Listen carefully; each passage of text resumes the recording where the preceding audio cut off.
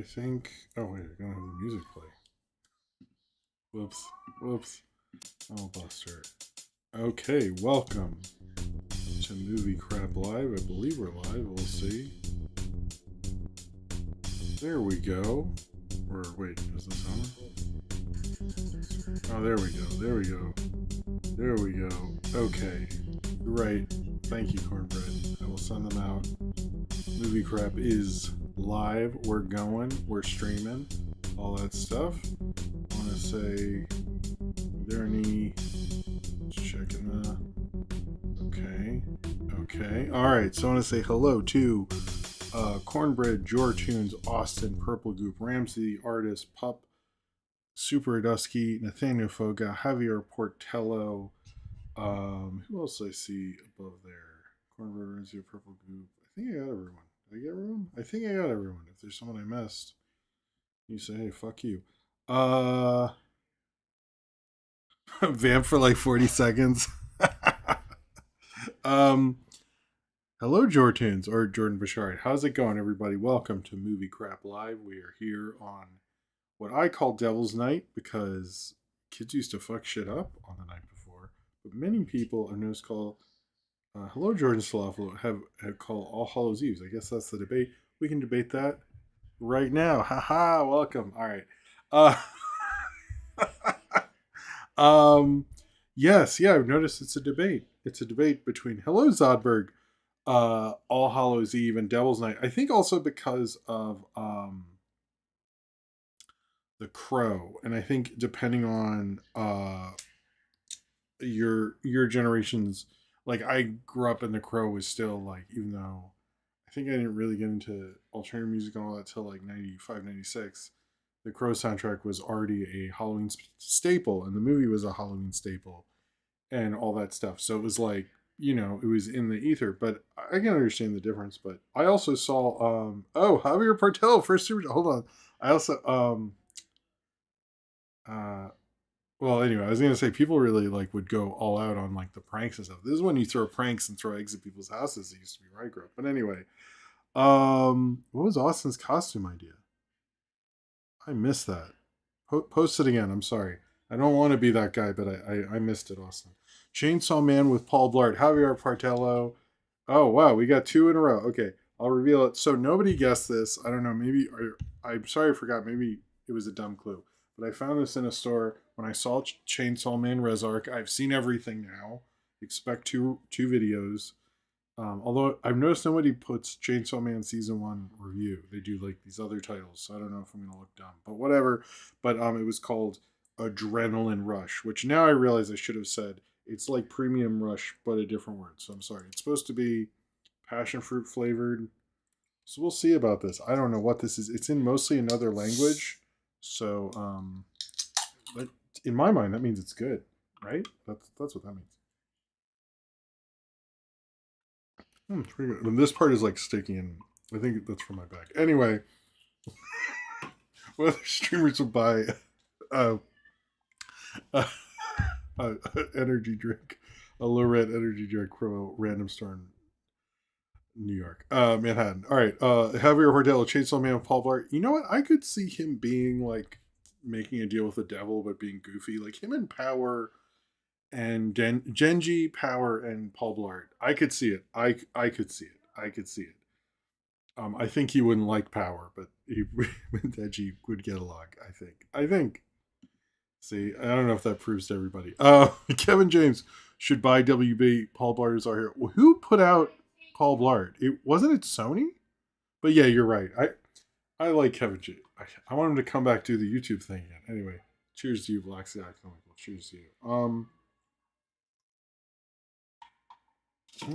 I'm into this random ass shit. What's to see? Kevin James. Oh no, sorry. Austin says was going to dress up as a vampire from Sinners, overalls, button shirt, found lean grind, but going to cover them in electric tape. Electric tape. Like, I'm confused by the electric tape, but I like it. It sounds cool. I was gonna be the guy. I'm not gonna be anything. Uh, um, I was gonna be the guy from The Day the Earth Blew Up, but I couldn't find overalls in my size and just sort of gave up on it. It's like it's more about my kids. But one day, I think if I ever do, I'll be that guy. No one will get it. Covering up the green. Oh, I see. I see. Awesome. That's a cool one. But I also think oh yeah, so Devil's Night used to be like my first couple of years as a kid. Whoever those teenagers were, and I never saw anyone do this before or since in the neighborhood I grew up in.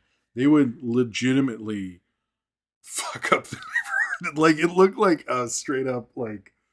I mean, I was like 7, 8, 9, but I remember like even people later were like, no, no, they really like went to town. Like every like this huge suburban neighborhood, and like half the houses were egged. There was like toilet paper. It was like nuts. And I don't know if like they got caught. I know they were like when I was a teenager, they were way shittier about it to kids, which I get. You don't want to have to clean up eggs and stuff. But like in all honesty, I do remember how crazy it was like 91, 92, and I like came home and felt like unsafe. I was at 7. It was fucked up. But it still was like it was yeah. Oh man, if I join my bit, if I do the Criterion classes, so this will never happen. So is I will bring if they're telling me I'll bring a tall kitchen bag in my pocket and just go whip it out, just like go like fucking nuts. I don't want their tote bag. I don't need that. I have enough film credit. I don't need that shit. I'm gonna go to fucking town. Although a lot of the stuff I like. Oh hey, Scarlett Johansson next to me, I guess. I already have like I have the Bruce Lee set. I have the I have the Godzilla set. I have Third Man. Like I don't know. I would probably be, but I'm also like not fun in those because I went to the Kino closet when I shot that thing with my friend Matt Berry, and like he kept being like, Jim, stop looking at stuff. Like it wouldn't be me talking. It would be me going like this. Oh no. Well, it would be like the word like I guess everyone else wants to perform, and I would be more interested in looking at the covers. And this is why I could never do a React channel because I would just like sit there and watch it. And sometimes I let things hit me. I don't know. You don't need to react instantly like a fucking whatever. Anyway, sorry. Halloween's coming up. I'm gonna my plan is that I always try to watch at least one horror movie, a big name horror movie or a horror movie I've heard about a lot.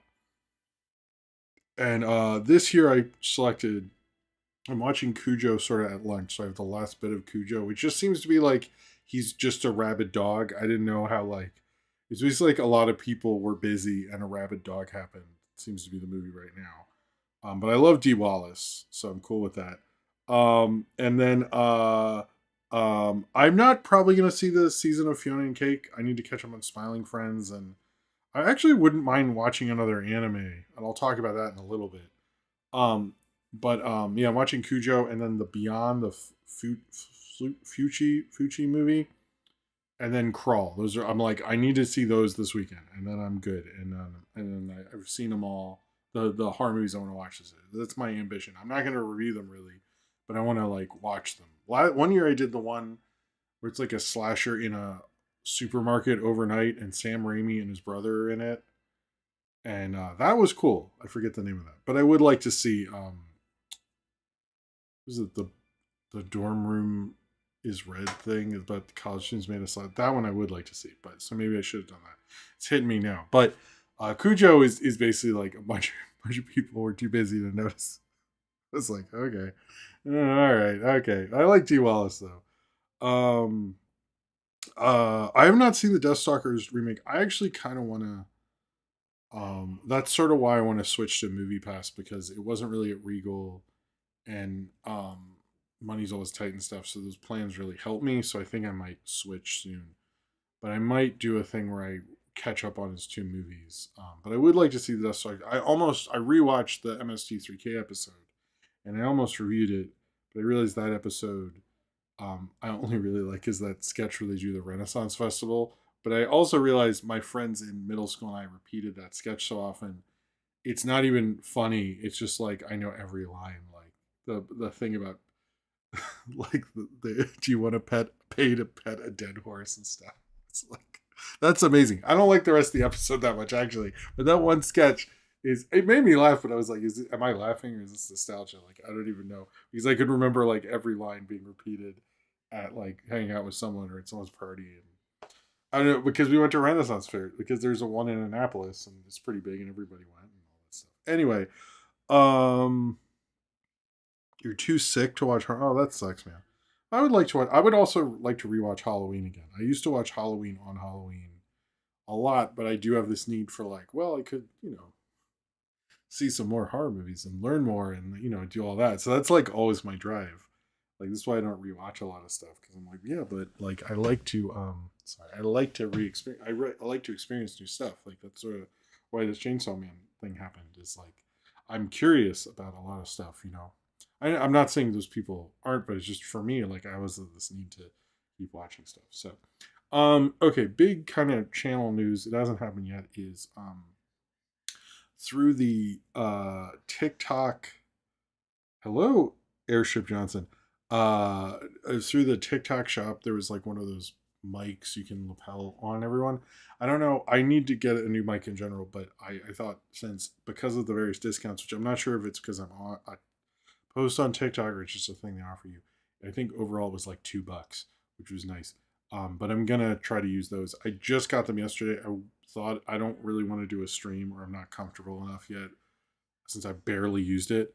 Um, hey Ricky, how's it going? But yeah, I think we'll see. I'm not sure if I'm gonna shoot a review yet because I want to like know the tech better. But maybe I am gonna do movie review vote is gonna be a week late, but I'm gonna use that for those and we'll see how that goes because that's not like or maybe I can have two mics and like switch on and off and stuff like a lapel mic. Yeah, it's a lapel mic, but it was really cheap. It was like I've never been a lav person. I fucking don't like, never like lavs in film school and stuff. But it's a good thing, and like this mic has been going for a long time, and I've thought about. Thank you, St. Powers, and hello. I've thought about doing a chill test stream. I might do one the week before Thanksgiving. I might do like a looser streamer, but it's hard because oftentimes like I'm kind of tired and I gotta keep the energy. I like to have good energy, and like when it's been a long day with the kids. Like I don't want to. I don't think you want to watch me just like go like and then fall asleep for 5 minutes. Maybe that's too chill. Anyway, but I should do that. Would be fun and like test out some stuff. But I want to learn it myself. But anyway, I'm trying to think if there's anything else. I saw Chainsaw Man, and that was fun. I enjoyed it. I saw. Oh, this is the thing. I did see it subbed, and I watched season one dubbed. And I sort of think I should have organized my shit better and not done that. But it was interesting. I actually didn't disagree with any of the voice changes because I saw it the opposite way. I was like, I don't. All these voices are fine to me, but whatever.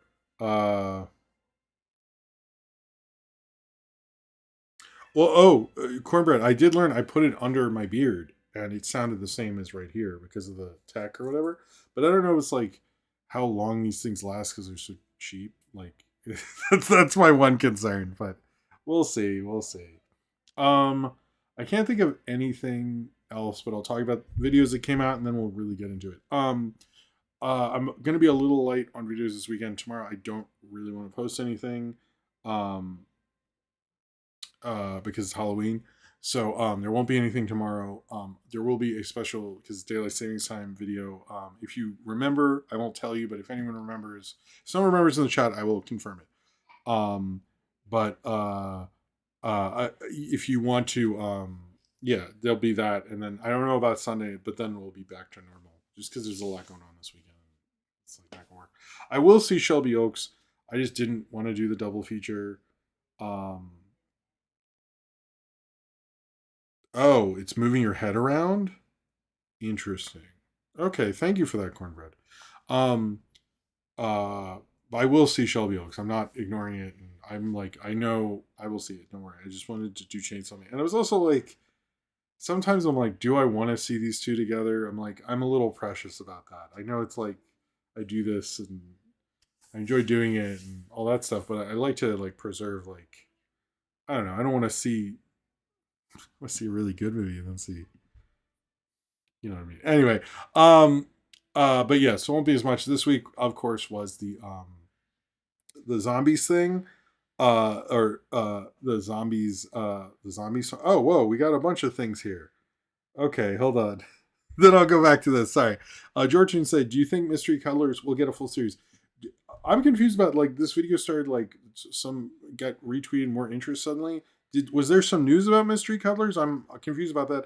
I would like Mystery Cuddlers to get a full series. I've not heard anything either way, but in my mind, it should get uh, a full series. That's what I think. Cheers to you, George. And Dan, thank you for the generous super chat. The Ravens are winning comfortably, so sports loving degenerate Dan is done for day. Done for day. Done for the day. Now, entertainment obsessed Dan is here. How are we doing tonight, Jimico? Okay, I didn't know I'm happy for the Ravens and happy for Baltimore. Cheers to you, Dan. Thank you for that. I mean, it's good for them, man.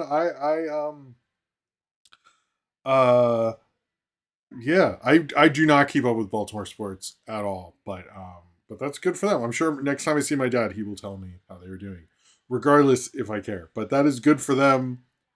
Congratulations to the Ravens. Cheers to you, Dan. And thanks for generosity. I hope you're doing well. Hope you're doing well, man. I hope you're gonna have a good Halloween tomorrow. We are close to the. Okay, you're not. Anyway, yeah, we're very close to the thing. All right.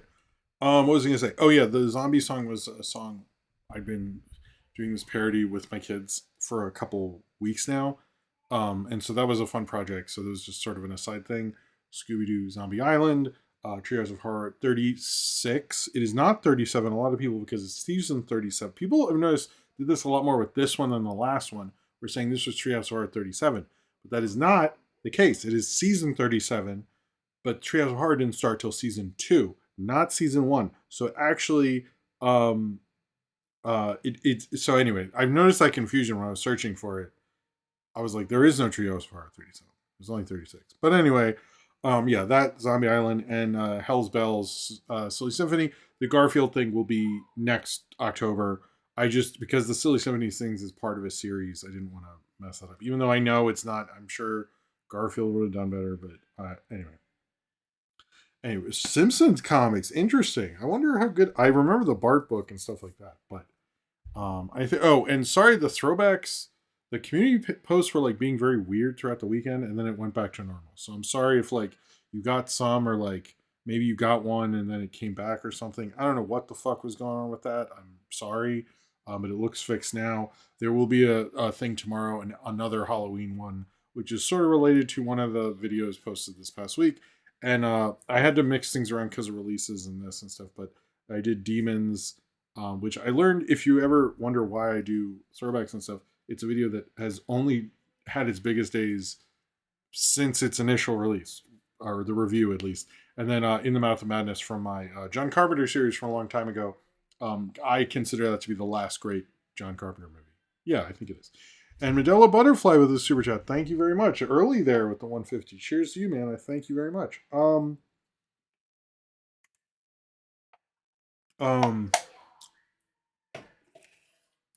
Oh, if you count the Treehouse, the Treehouse of Horror presents. I noticed there's a couple like maybe you should do that. Maybe I would have. I just like. To me, it's like don't do extra. That makes it confusing. Anyway, all right. Did I have anything else to discuss? I don't think so. Happy Halloween. Let's. Sorry, I don't know if anyone is. Oh, I don't know if anyone is doing the timestamps. Is if Sinram is or not? It's fine if he is or isn't. It's your life, man. But if anyone chooses to, before I get to, I will put timestamps done by this person, and all that stuff as a thank you in the description. Just to say that, just so you're aware of that. But maybe message me on something to let me know, so we're not doing it at the same time. I might have enough time to do it because all the dishes are done, but I also might fall the fuck asleep. We'll see. Although you guys are giving me a lot of energy with all these surges. Thank you very much. All right. So this and everything I do is supported by you, the fans, either through super chats during the show where I'll drink Adrenaline Rush. The tie-in for Premium Rush.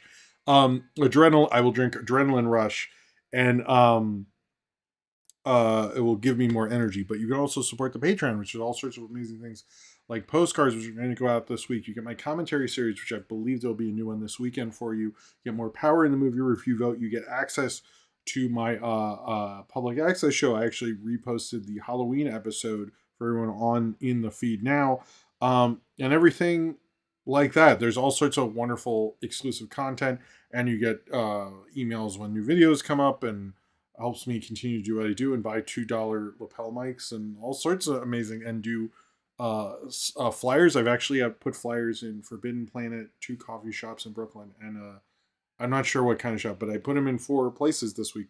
And it's all because of your contributions helping the channel grow and getting new people into it. So if you would like to do those sort of things, go to the Patreon or just do a super chat during the show. As long as you are financially or feel you are financially able to do so. If not, just watching and liking this video always helps. Subscribing, you get all those notifications, or turn on notifications if you want that, or and see the community posts and all the amazing, wonderful things or whatever that I do. You can see that. But if you can't do anything and just can watch and don't even have a login, thank you for being here. I do really appreciate it. Just if you just watch all the time, that is supporting the show. That is supporting me. That's supporting all that. And I thank you for being here. I very much appreciate it. Okay, so the Discord. I have a special thing. Discord people don't know about this. So the Discord. If you like the wonderful chat that is right here next to me, is right. Is it? Wait, do I go? This right here. Hold on. I'm going to try this. I'm going to try this bit. I came up. This right next to me here. That's the chat. If you like these people, and they're really awesome people, you should join the Discord. It's one of the best Discords in the world. It's the thing that I'm most active in. Not responsible things I should be, but it's really wonderful, and they're really cool, and they have all sorts of things like movie watches. They're watching Total Recall, which is awesome for Romham's birthday. They have all sorts of awesome community things. They have the licensed playing card channel where I have most of my new licensed playing cards. I have the Scooby-Doo cards, which have actually lasted way longer than I predicted. Movie watching all stuff, and they do daily questions in general. I usually ask the night before, the day before Movie Crap Live, what do you want me to talk about on Movie Crap, and they give me some ideas. As Rumham, sorry. But also they do daily question every day. And so tomorrow, here's what I'm going to do. And nobody do a daily question. I don't know anything. I know sort of stuff about anime, but not really. So tomorrow, the daily question is going to be, I have watched Chainsaw Man. We're done with all that. I'm going to shoot reviews of it. If I were to watch Nolan gave me an idea, some like Dungeons thing on Netflix or whatever, that's fine. But I've heard the Juju Kaiju or something. I don't know anything. So tomorrow I'm going to put on the Discord, I'm going to say, daily question, what anime would you recommend, knowing like what I like and stuff, would you recommend that I watch? Do not say a Crunchyroll thing, like from the regular streaming service that I can watch. And that's what I'm going to do tomorrow. So I'm promoting the Discord. If you're like, I have to tell Jim which anime, you can do it tomorrow in the Discord as the daily question. I hope that doesn't piss anyone off. Also, is it delicious? I think it's delicious. Okay. But anyway, it is very well by Cornbread, Zane Powers, Austin, and Ryan Walgerson. They do a very good job as admins. And Super Kirby Dude said, happy Halloween Eve. Have a spooky day tomorrow. Thank you, Super Kirby Dude. Cheers to you, and I appreciate it. It's good that the Ravens are doing, I don't know. Anytime Baltimore's doing good, it makes me feel good. All right. I'm just like, I don't know. It was kind of nice, and like everyone was nice at the Chainsaw Man screening, and I like getting into new things, and I do get bored by like the dramas that people tell me to get into, and I was like, maybe I don't know, maybe I should be open to this stuff. And it's like, it feels like when I go to any of these stores and there's anime sections, people are more you can nominate as many. I'm not going to say I'm going to start watching them right away because there's a lot of movies to watch and stuff. But I was like, if I had a list, I could get somewhere. I could like start with it. So, But I'm like down to try because I like watching animated stuff, and I feel like I watch certain Adult Swim things and stuff, and then there's like a break, and I'm just watching random stuff. So, I am at the $20 mark. Sorry, I was concentrating on. Are we? No, not yet. Not yet. We're 13 cents away, I guess. So I don't want to be dishonest, I guess. Anyway, Dan. That's a real okay, that's the name of it. All right. Well, anyway, save these. I'm not gonna Doraemon, I'm curious about that because I always hear about it. I don't really know what the deal is. So that anyway. Or like I'll watch the Lupin channel on Pluto sometimes or the but I've noticed like people don't know what Lupin is because like when the Louvre thing was I was like, why aren't we all talking about Lupin? We're talking about fucking oceans. I don't I don't get those movies. I'm like, what is up with everybody? Anyway, all right. Yu-Gi-Oh is on too. I don't know. All right, let's get into it. Let's start the show. Wow, I've been on about nonsense. All right, so King the Hill has been picked up for two more seasons, which so it's going right now. We know we're getting a season next year, which will be its 15th season. It was picked up for two more seasons, that being 16 and 17. And they posted on their official social media. It's happening. My one question uh about this isn't it technically because the two seasons were made at the same time last for 14-15, is this really a sort of one season pickup in a sense? But anyway, King of the Hill will get to season 17. So it looks like it looks like King of the Hill is going to last that long. I mean, I guess it was a success, and I know a lot of people are rewatching the old ones, and I think Disney's like, we got to continue this shit. So they're going to. I think that's cool. I'm curious how you continue this further. I think they can. I'm not doubting that. My wife and I have been slowly going through the whole show, and which has been fun. But man, the some of this, I will say, some of the stuff with Bill, they go like real hard on him sometimes. I'm like, Jesus, it gets depressing. So, and that reminds me, I'm excited for that Tariq video where he's like guys with no hose, and Bill is in there. Um, hey, I gotta be honest with it. Sorry, I'm not trying to be a dick with the thing. Oh yeah, sorry, I didn't talk about it in the thing. Every $20 multiple will do these lights will go flashy, um, uh, um, and that's how we do it. So, but I appreciate anyone who does and all that stuff. But yeah, King of the Hill coming back for two more seasons, confirmed 16, 17. Not much other news than that. I'm curious how long it'll go past that, but maybe Mike Judge is like, it's sort of a show that can just keep running.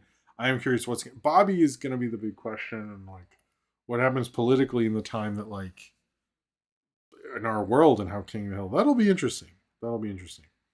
The next one and this one like actually happened 3 days ago, but I'm just seeing pushed more.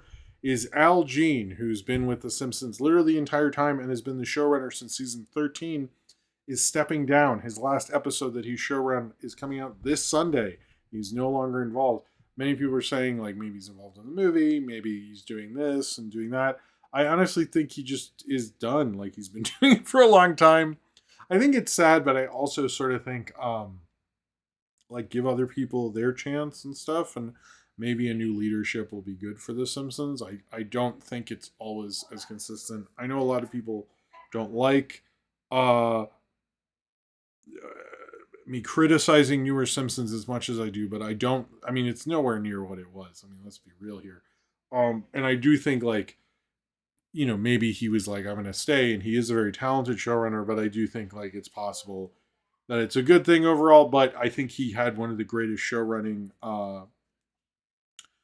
um runs of all time. Like, let's be real here. He's definitely does not get as much credit for shaping The Simpsons as he should.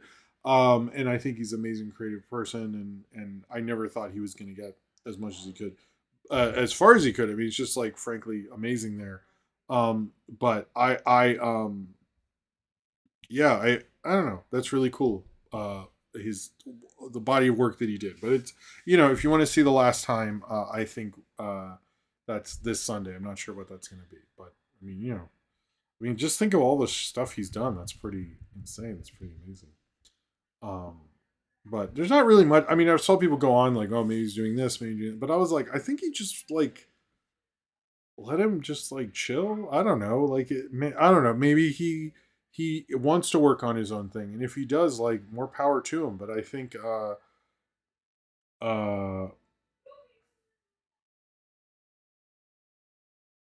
okay. See, the thing is, I don't think the show is overall that bad, but I don't really like watching it that much. And I know people go, "Oh, it's like smug and stuff," but like it isn't like I don't really enjoy it. I mean, I don't know. Anyway, oh hey Umblety. All right, the next thing is Wildwood. Wildwood, we got a sneak peek before Paranorman. I didn't see that in theaters, but it did well. We'll talk about that in the box office section. Wildwood had a special preview. We learned that the bird was Angela Bassett, and we saw all the tests. They're very proud of that bird thing, and they're like really into the bird, but it looked like it was really hard. So I get being into the bird; it's understandable. This is kind of their big thing. I think they're putting a lot on this. I think they very much need a hit, although they've been very good at doing the re-release thing. The fact that we're on our second bigger re-release from them, first being Coraline, then Paranorman, is good for the studio and shows people like them. I don't know if like I don't maybe I mean Box Trolls, they're not re-releasing that shit. But uh what Dan just said, there's a good episode with Simpsons once in a while, but it's not worth sitting through so many does to get to them. That is exactly what like brings me down on that show. Um for real, that is like really what it is. It's just like they'll have one and I'll be hyped. And then I'll see like the Treehouse of Horrors actually kind of suck out my enthusiasm a bit. But anyway, so but with Leica, I do think like they do need to have a major hit again. Like Missing Link, I enjoyed, but like I don't think anybody else wants to see it. But like, what is uh what I don't know. I mean, Box Trolls is good, but it just doesn't. Well, I didn't like Box Trolls, but it just doesn't have a following. I think it's like what Kubo, Coraline, and Paranorman, but unless I'm forgetting something, but uh is it will if they re-release Kubo, will people show up? I think that's the big question. So I do think they need like Wildwood. I think it's a little more make or break than I know they got that Nike money, but like I do think they're gonna have a lot more questions if that doesn't hit. Uh, um, but I didn't see Paranorman in theaters, but they did re-release it in 3D, which is interesting. I've noticed the 3D thing being pushed a little more because theaters are hurting. But the re-release stuff, like when I saw Chainsaw Man, like The Ring was playing in one theater, like I think like Bride of Frankenstein was playing in another. Like they really push a lot of re-releases now. It's like, which is cool. I don't know if like I'd really want to spend full price. I've actually never seen The Ring. Maybe I should do the um maybe I don't know. I don't know. I used to do a thing where I do the thing called the Halloween week of videos, and the 5 days for Halloween I just review horror movies, and I really just can't do as much. But one day when I'm Mr. Beast famous or whatever, I don't know. Anyway, oh, do you like the skull? I haven't shown off the skull thing. Look at this. Look, my kid Sophie made it, and look, he says "boo, boo." Okay. Anyway, guess is that should I make an incentive for that? All right. Uh. Where? Okay. Where were we? Where were we? I mean, the Harry Potter thing does well. Those re-releases and the Twilight re-releases, I think, are all throughout this week or something. All right. So there was announced that Netflix is making a Crash Bandicoot cartoon. Um, yeah, probably. They're making a Crash Bandicoot cartoon. The franchise has really been quiet. I'm not the biggest knower of Crash Bandicoot, but I do think it's a smart move to do it because one of the things that really helps streaming is when people go, "Oh yeah, I've heard of that," or "Oh man, I remember they made a cartoon of that," and I think that really works for Netflix. That's why they're doing it. It's a smart move. Um, also, had this video bigger news not dropped, I Crash Bandicoot was in the thumbnail, so I will repost that thumbnail in the Discord either today or tomorrow. And but anyway, but yeah, it's actually interesting uh, that that Crash Bandicoot's getting a cartoon, but I think that makes a lot of sense. I think. I don't know. I think it could work also because I think it's like he's a character who could work really well in a cartoony setting. Or I have very limited memories of this guy. I barely played him, so I shouldn't talk about him ad nauseum. Sorry, I'm gonna go through a bunch of stuff and then I will talk about Warner's as a bigger, the Paramount Warner nonsense in a bigger section. I'm just sort of doing this, and then we'll get to box office and Chainsaw Man and all that stuff. Just to be clear, what I am. I know this is like a little bit of a different flow. DreamWorks actually announced their next original movie called Forgotten Island. It follows two best friends stranded on a fantastic world who can only escape by forgetting each other forever. From anyone I know who watches, who works at DreamWorks, was happy about this, and I think it's a newer director. It stars Leah Solgana. I don't know who that is. Dave Franco, Jenny Slate, the artist Her, Manny Jacinto, and Liza Soberano. I know they don't have as many. Oh, hey, Mr. Mex. As many success with their. Also, hey, Steve Meister. Um, Original stuff, but I'm glad they're still doing it, and I like where DreamWorks sort of is creatively. I know they like outsource and all that stuff, uh, but yeah, I don't know. I'm excited for that. We also got the announcement. Her. I like her. The singing voice of Mallon. Okay, thank you. Um, uh, we announced that there's Warner Bros. Going to release a Hello Kitty movie. They didn't fully say in any industry reports that it was animated until you look up the director and you're like, yeah.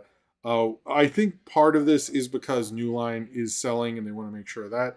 But it is coming out on July 21st, 2028. I'm a little confused about like if this is real, but I guess because of the Barbie thing and Hello Kitty is a pretty huge brand, as they say, or whatever. So I sort of get why they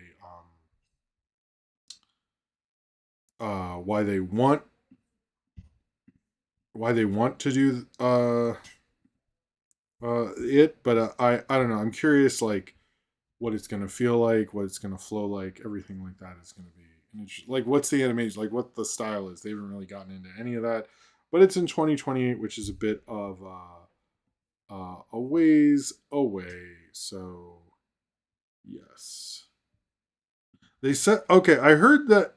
I've noticed like in Variety it didn't say that, and in other ones it did. So it's gonna be I'm a little confused on what it actually is. It seems like it's just like they announced like they got all the deals signed. They don't really know yet. So, but we'll see. I'm like, don't do animation live action hybrids unless you have a good point. You know what I mean? It was announced that there's going to be a Call of Duty movie. I will talk about the Taylor Sheridan thing later. Um, but it was announced that Peter Berg is directing. He did that Mark Wahlberg war movie. I think it's in Battleship. Maybe there's the only things I've reviewed from that guy. As well as Taylor Sheridan, who does all the Yellowstones and stuff, as well as he wrote Sicario and Wind River and Hell or High Water. I think I like his movies way more. I've not watched his shows at all, but they're working together on a Call of Duty movie that is for Paramount. I will get into the Taylor Sheridan thing later, but that kind of makes sense. I am surprised they signed him. This deal was announced after it was announced Taylor Sheridan was leaving Paramount, so but he still has some I guess like deals in place with them and stuff like that. And he writes very quickly, so I think it might be like already written and we just found out sort of thing. But I can kind of see it being like at least a decent movie with those two involved in terms of what it is and stuff. I don't know Call of Duty, so if you know Call of Duty and know those guys work and say fuck that, then I will agree with you. But as if you told me there was like a war action kind of thing from written by Taylor Sheridan, directed by Peter Berg, I said that would probably be a good movie to me. To me, that would be a good movie. So, next up. So, I don't know if you've heard, but Looney Tunes is doing really well on Tubi. In fact, it's doing amazing well. It's becoming one of its most popular shows. So, I wanted to talk about this and bring back everyone's favorite character, Tommy Tubi. I know you're all excited. So, he will be reading. Let me drink some water before I do this. He will be doing this. All right, so it's Tommy Tubi. How you doing, kids? All right, I want to talk about what I do with Looney Tunes. Obviously, Looney Tunes rules, so I just called up how I call him David Zazzy Beats, and I call him. I said, hey, what's up, bitch? Why don't you shut the fuck up and stop being a bitch ass Trump supporter? And you come in like, let me have the Looney Tunes, and he's like, he's like, I guess I ain't doing nothing with him. And I go, that's right, because he's a stupid ass bitch. So I got the Looney Tunes over at Tubi. So I wanted to read this article. Okay, in March, Warner Brothers Discovery removed the Looney Tunes shorts library from HBO Max because they're a bunch of dumbass bitches. However, in August, Tubi, that being me, acquired the rights to 789. That's right. That's right. You say I sleep in the afternoon, Shelly, Cindy. You say I do that, but I'm just like, bro. Um, Trust me on this. And it's in our top 10, which many say is just like a bunch of bullshit that we just make up. But whatever, fuck you. So, as I'm reading on, Samuel Horowitz, Tubi's head of acquisitions.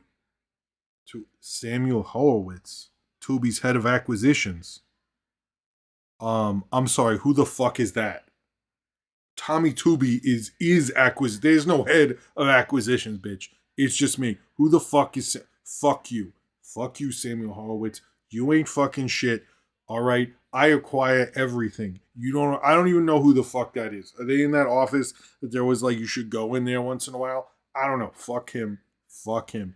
Anyway, he said on its own, Looney Tunes is a huge win for us. Us. Who is us? Who is us? It's not me. I ain't part of us. Maybe you. Fuck you. Anyway, fuck you, Horowitz. Fuck you. All right. He told Vulture the episodes have been reformatted into 30 minutes installments. That's actually not true because this dumbass is a fucking bitch.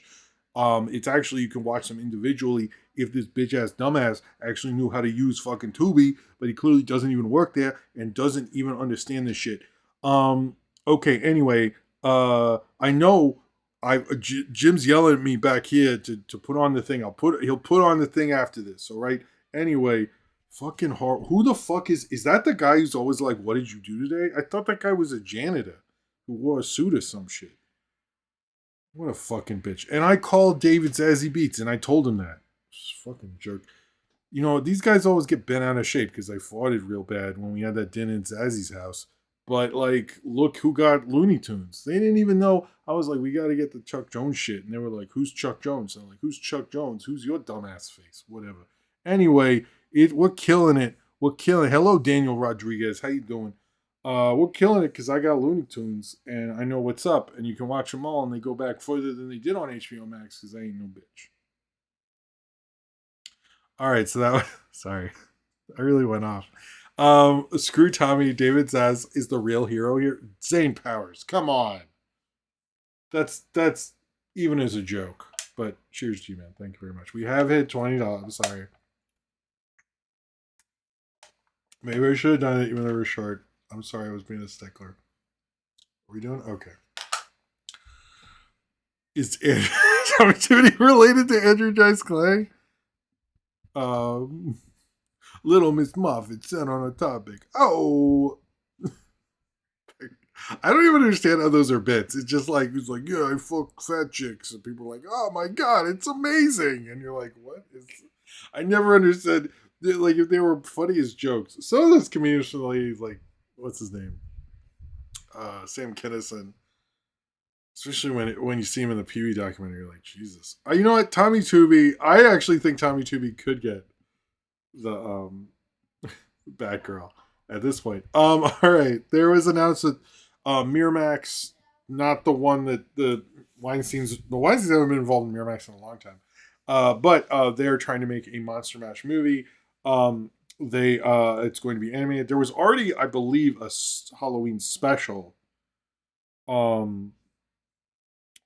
Monster Mash. Monster Mash is in a lot of my playlists year round. So I don't know, when people go, it's a Halloween song, I go, no, it is an everything song because it rules. I'm okay with this, but my one thing, and this, my daughter's into Daughter Dracula. A lot of people do not like that they say Dracula's son because I don't know if Mavis, and I forget the name in the Universal horror ones. I think they have an issue with having the daughter of Dracula, like having there be a son of Dracula. I don't know. But I love that song. I think you could just have them have a party. I hope it's just like Lovers Rocks, but with monsters. If anyone got that reference, I think that would be the best one. I don't want a plot where they're like, we have to find the monster cube. Oh no, or all monsters will be forgotten. Or some dumbass shit. Like I want it to just be them hanging out. I want to hang out.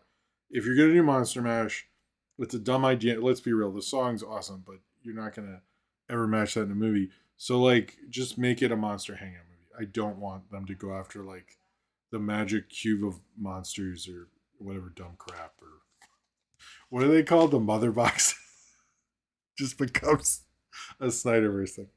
All right, two trailers and then we'll talk about Chainsaw Man box office.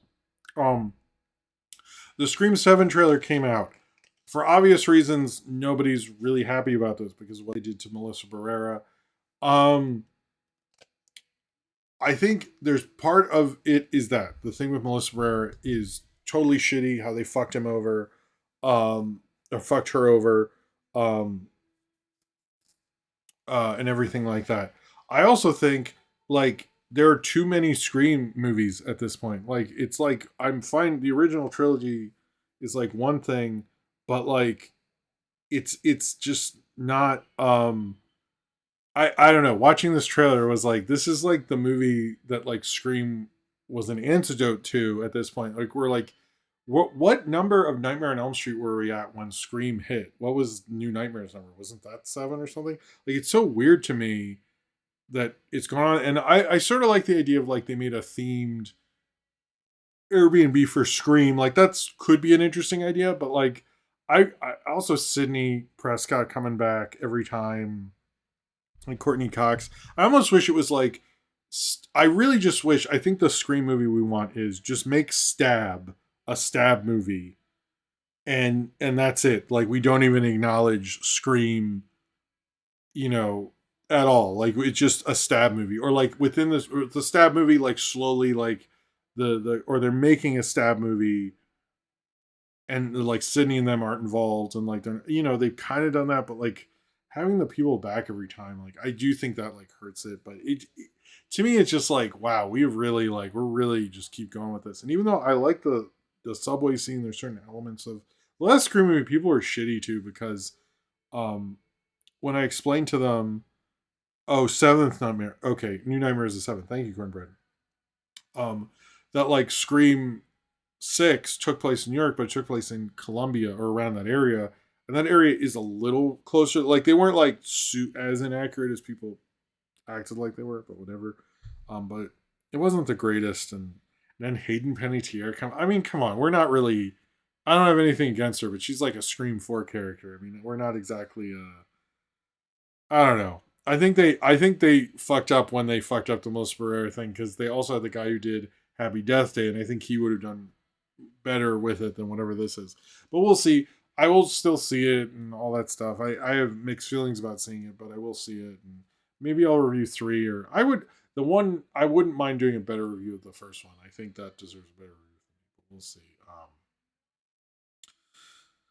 Oh, have Nev Campbell, Jamie Lee Curtis, and that girl from Nightmare on Elm Street. I think they would. I've heard Jamie Lee Curtis is not as it's really hard because she's who is it? That actress who's in Halloween 4 and 5. That it's harder for the Scream Queens to sort of like do stuff with her because she's so much more famous and stuff. So I don't know if I think Nev would be cooler about it than Jamie Lee, but I've heard it's more just an access thing, not that she is and she's not. But she's also been a part of horror for so long. I mean, maybe she does.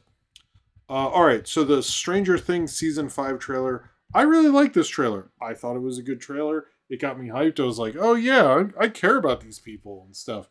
I do think Stranger Things is a weird phenomenon because I do not think about it between the seasons at all. Like I never rewatch it very rarely.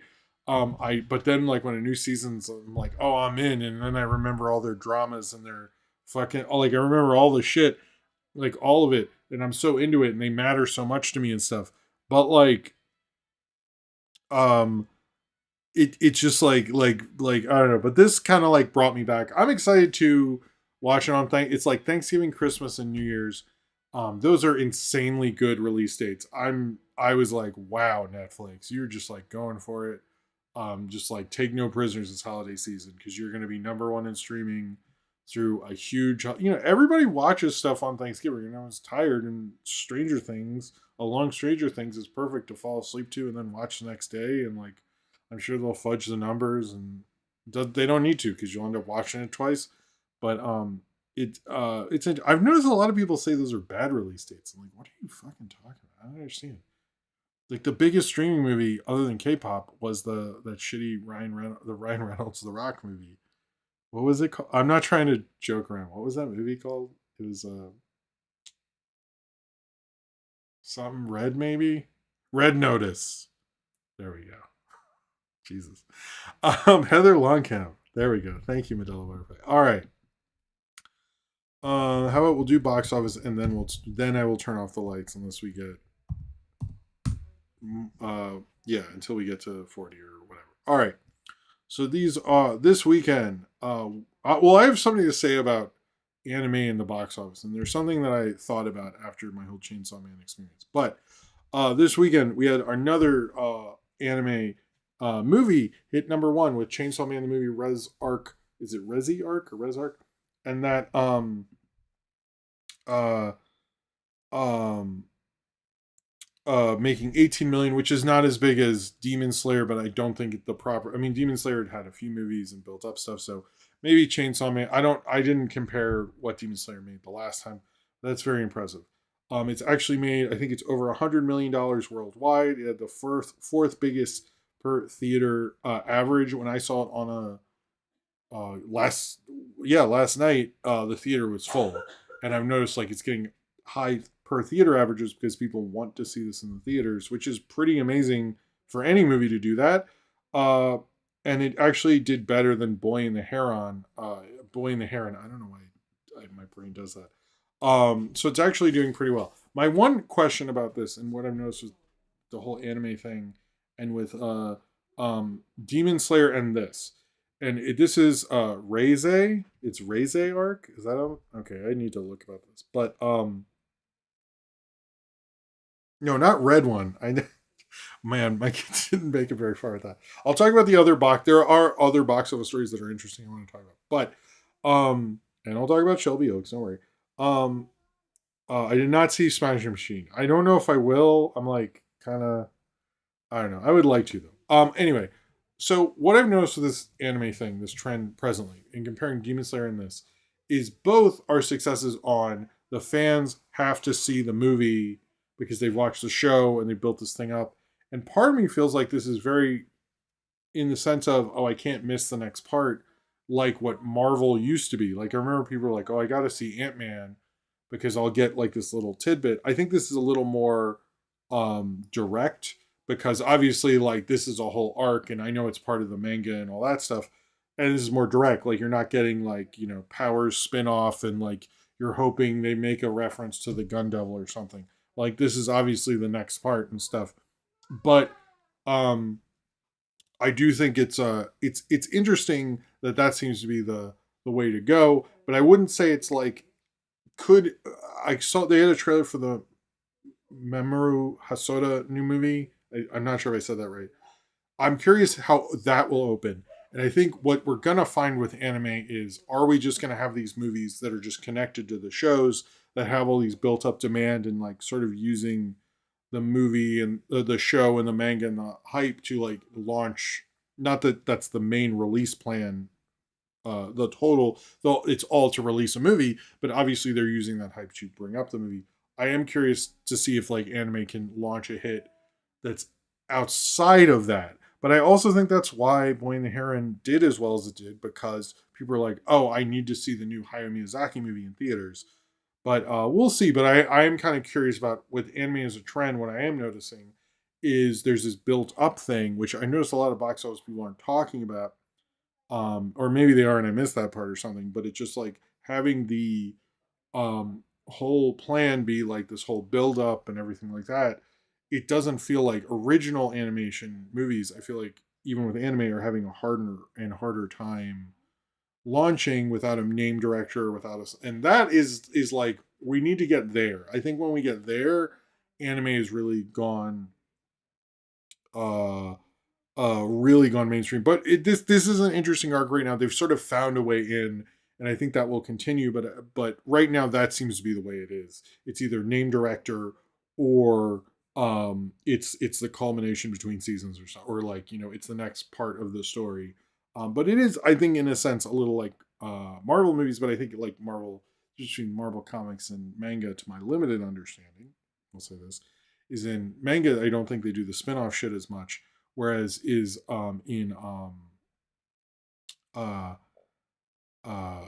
uh they'll yeah they'll having it be directly connected. I think will be interesting. I'm sorry, I lost my train of thought there, but anyway, I found it interesting noticing that trend. I just wanted to talk about it a bit, but I do think what we're seeing is we're going to see continue. I'm not sure what the next one will be, but it feels like the stage is set for another one of these next year or coming soon and stuff like that. Uh, but yeah, no, I don't think Scarlet. I was like when I was like, this is not as wild as like Chainsaw Man or Demon Slayer and stuff. But we'll see how it goes. I think it's I also think part of it is, I've been parts of fandoms and stuff, and part of it is you want to get together with everyone and you want to do it for 2 hours, and conventions are expensive. And just being able to go in and be like, I'll laugh at all the jokes together is a really amazing thing. So I think part of it is that, and because it's a big enough of a fan base, it can sustain that. But I am curious if anyone can do it without being connected to that. But we'll see. I think it's going to keep going. But man, Hollywood fucked up by letting Sony just like take all of this shit, and now it's like very clear this is just gonna Sony's just gonna have the monopoly on anime for the next couple of years. I'm very shocked that like Disney, especially Disney, because they're not really innovative. They're just like buying shit. Has not bought like an anime studio or Paramount or whomever. I expect you. I don't. I'm not saying that'll happen right now, but I expect some studio outside of Sony to do that. The fact that Sony has monopoly on this will not last. I do think that. Anyway, sorry. I just wanted to talk about that because I've sort of realized this. Um uh when watching Chainsaw Man, it was like, or after, I wasn't thinking about it during the movie, but you know what I mean? I was like, oh, okay, I'm sort of understanding this a little more. I think they will continue to drag their feet, but that study about the kids who like almost half of them prefer animated stuff, and I was thinking like, you guys say you hate like sex and stuff, but like Chainsaw Man was skewing way more younger, and it was like there's some sexy things in that, and like people were fine with it. But I don't know. I'm curious about the young kids hating the sex thing, but I doesn't understand me. Anyway, moving on. We'll just talk about box office. Sorry, I just wanted to do that whole thing. Regretting You. If you didn't know, this is Colleen Hoover, I believe, who's the author of It Ends With Us. This is another movie based on one of her books called Regretting You. It made about $13 million. I think nobody was expecting it because, of course, it appeals to a demographic that the trades don't care as much about. But it did make $13 million, and I think that's actually good for the industry in general. Black Phone 2 held pretty well, although it gained 49 theaters, so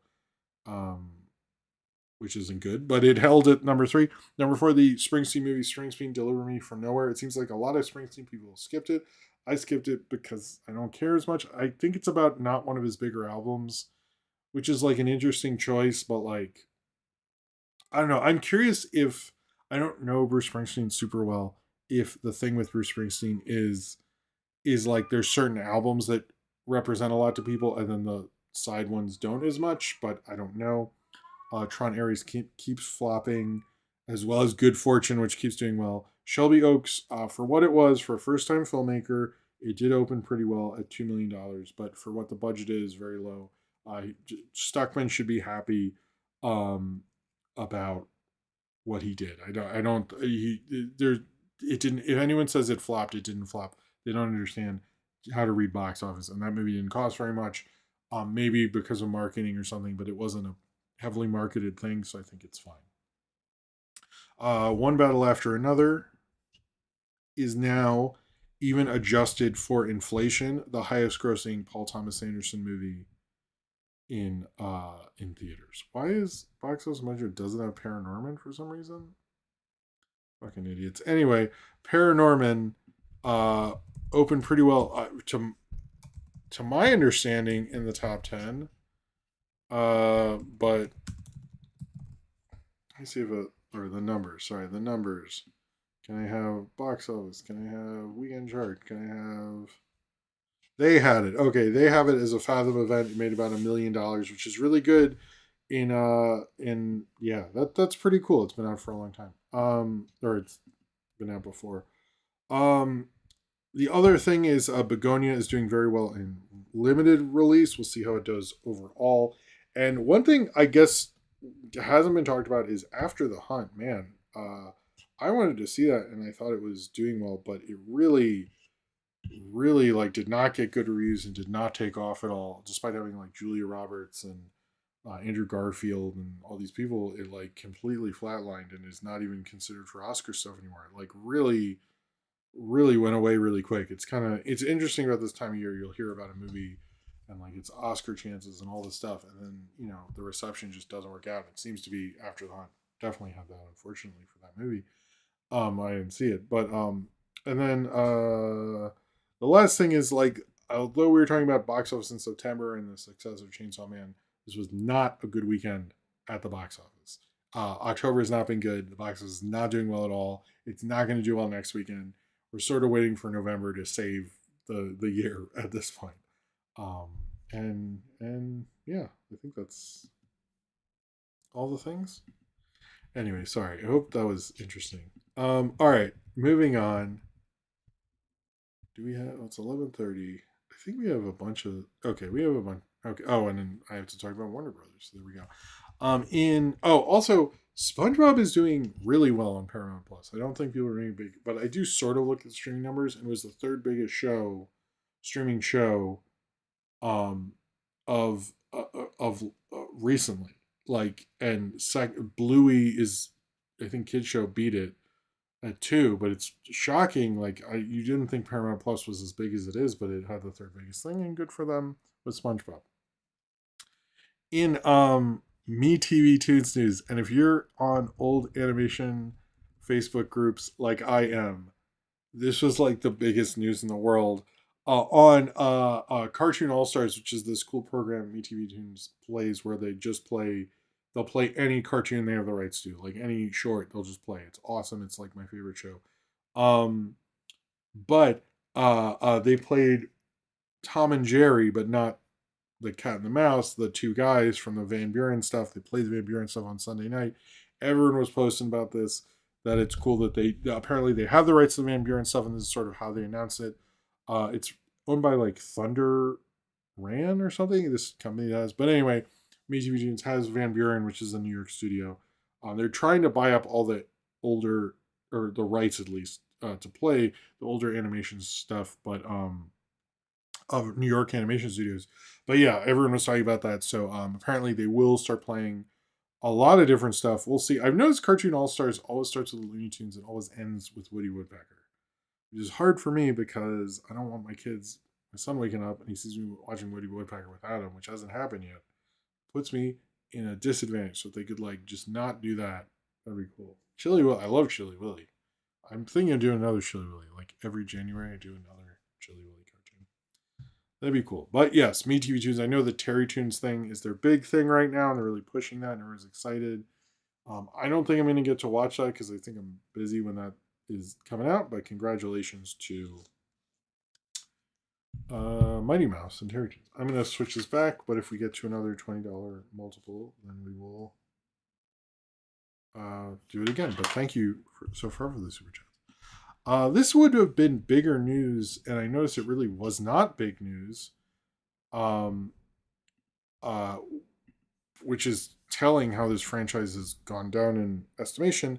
Doctor Who and Disney have ended their. Disney has actually exited their agreement with Doctor Who.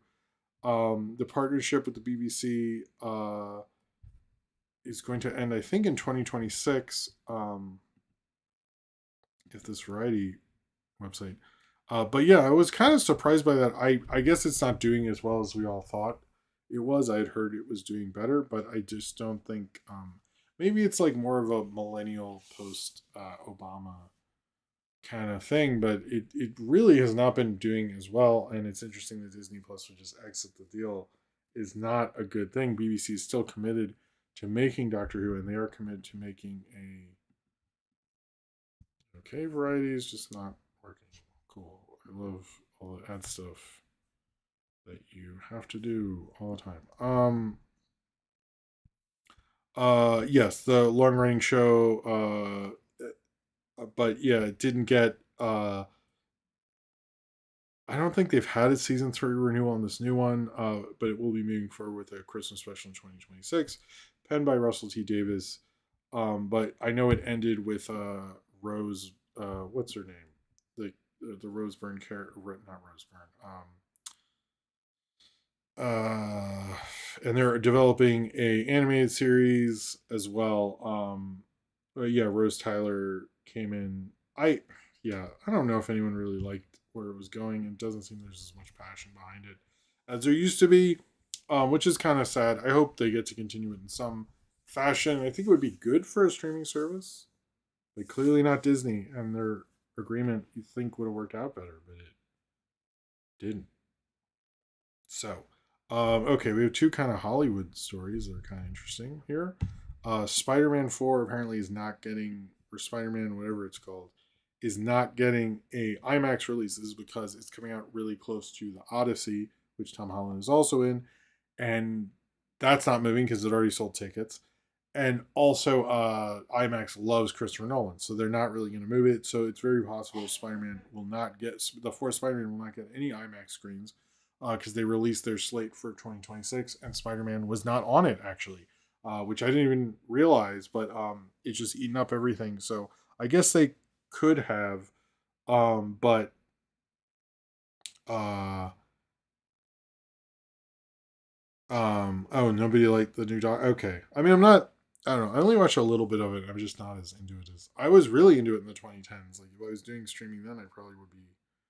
This would have been the big, but I noticed it's like just not as big as it used to be. Anyway, but yeah, next year there is a lot of tightness over the IMAX thing. There is rumors that maybe IMAX will let Spider-Man come to IMAX later, but not on initial release.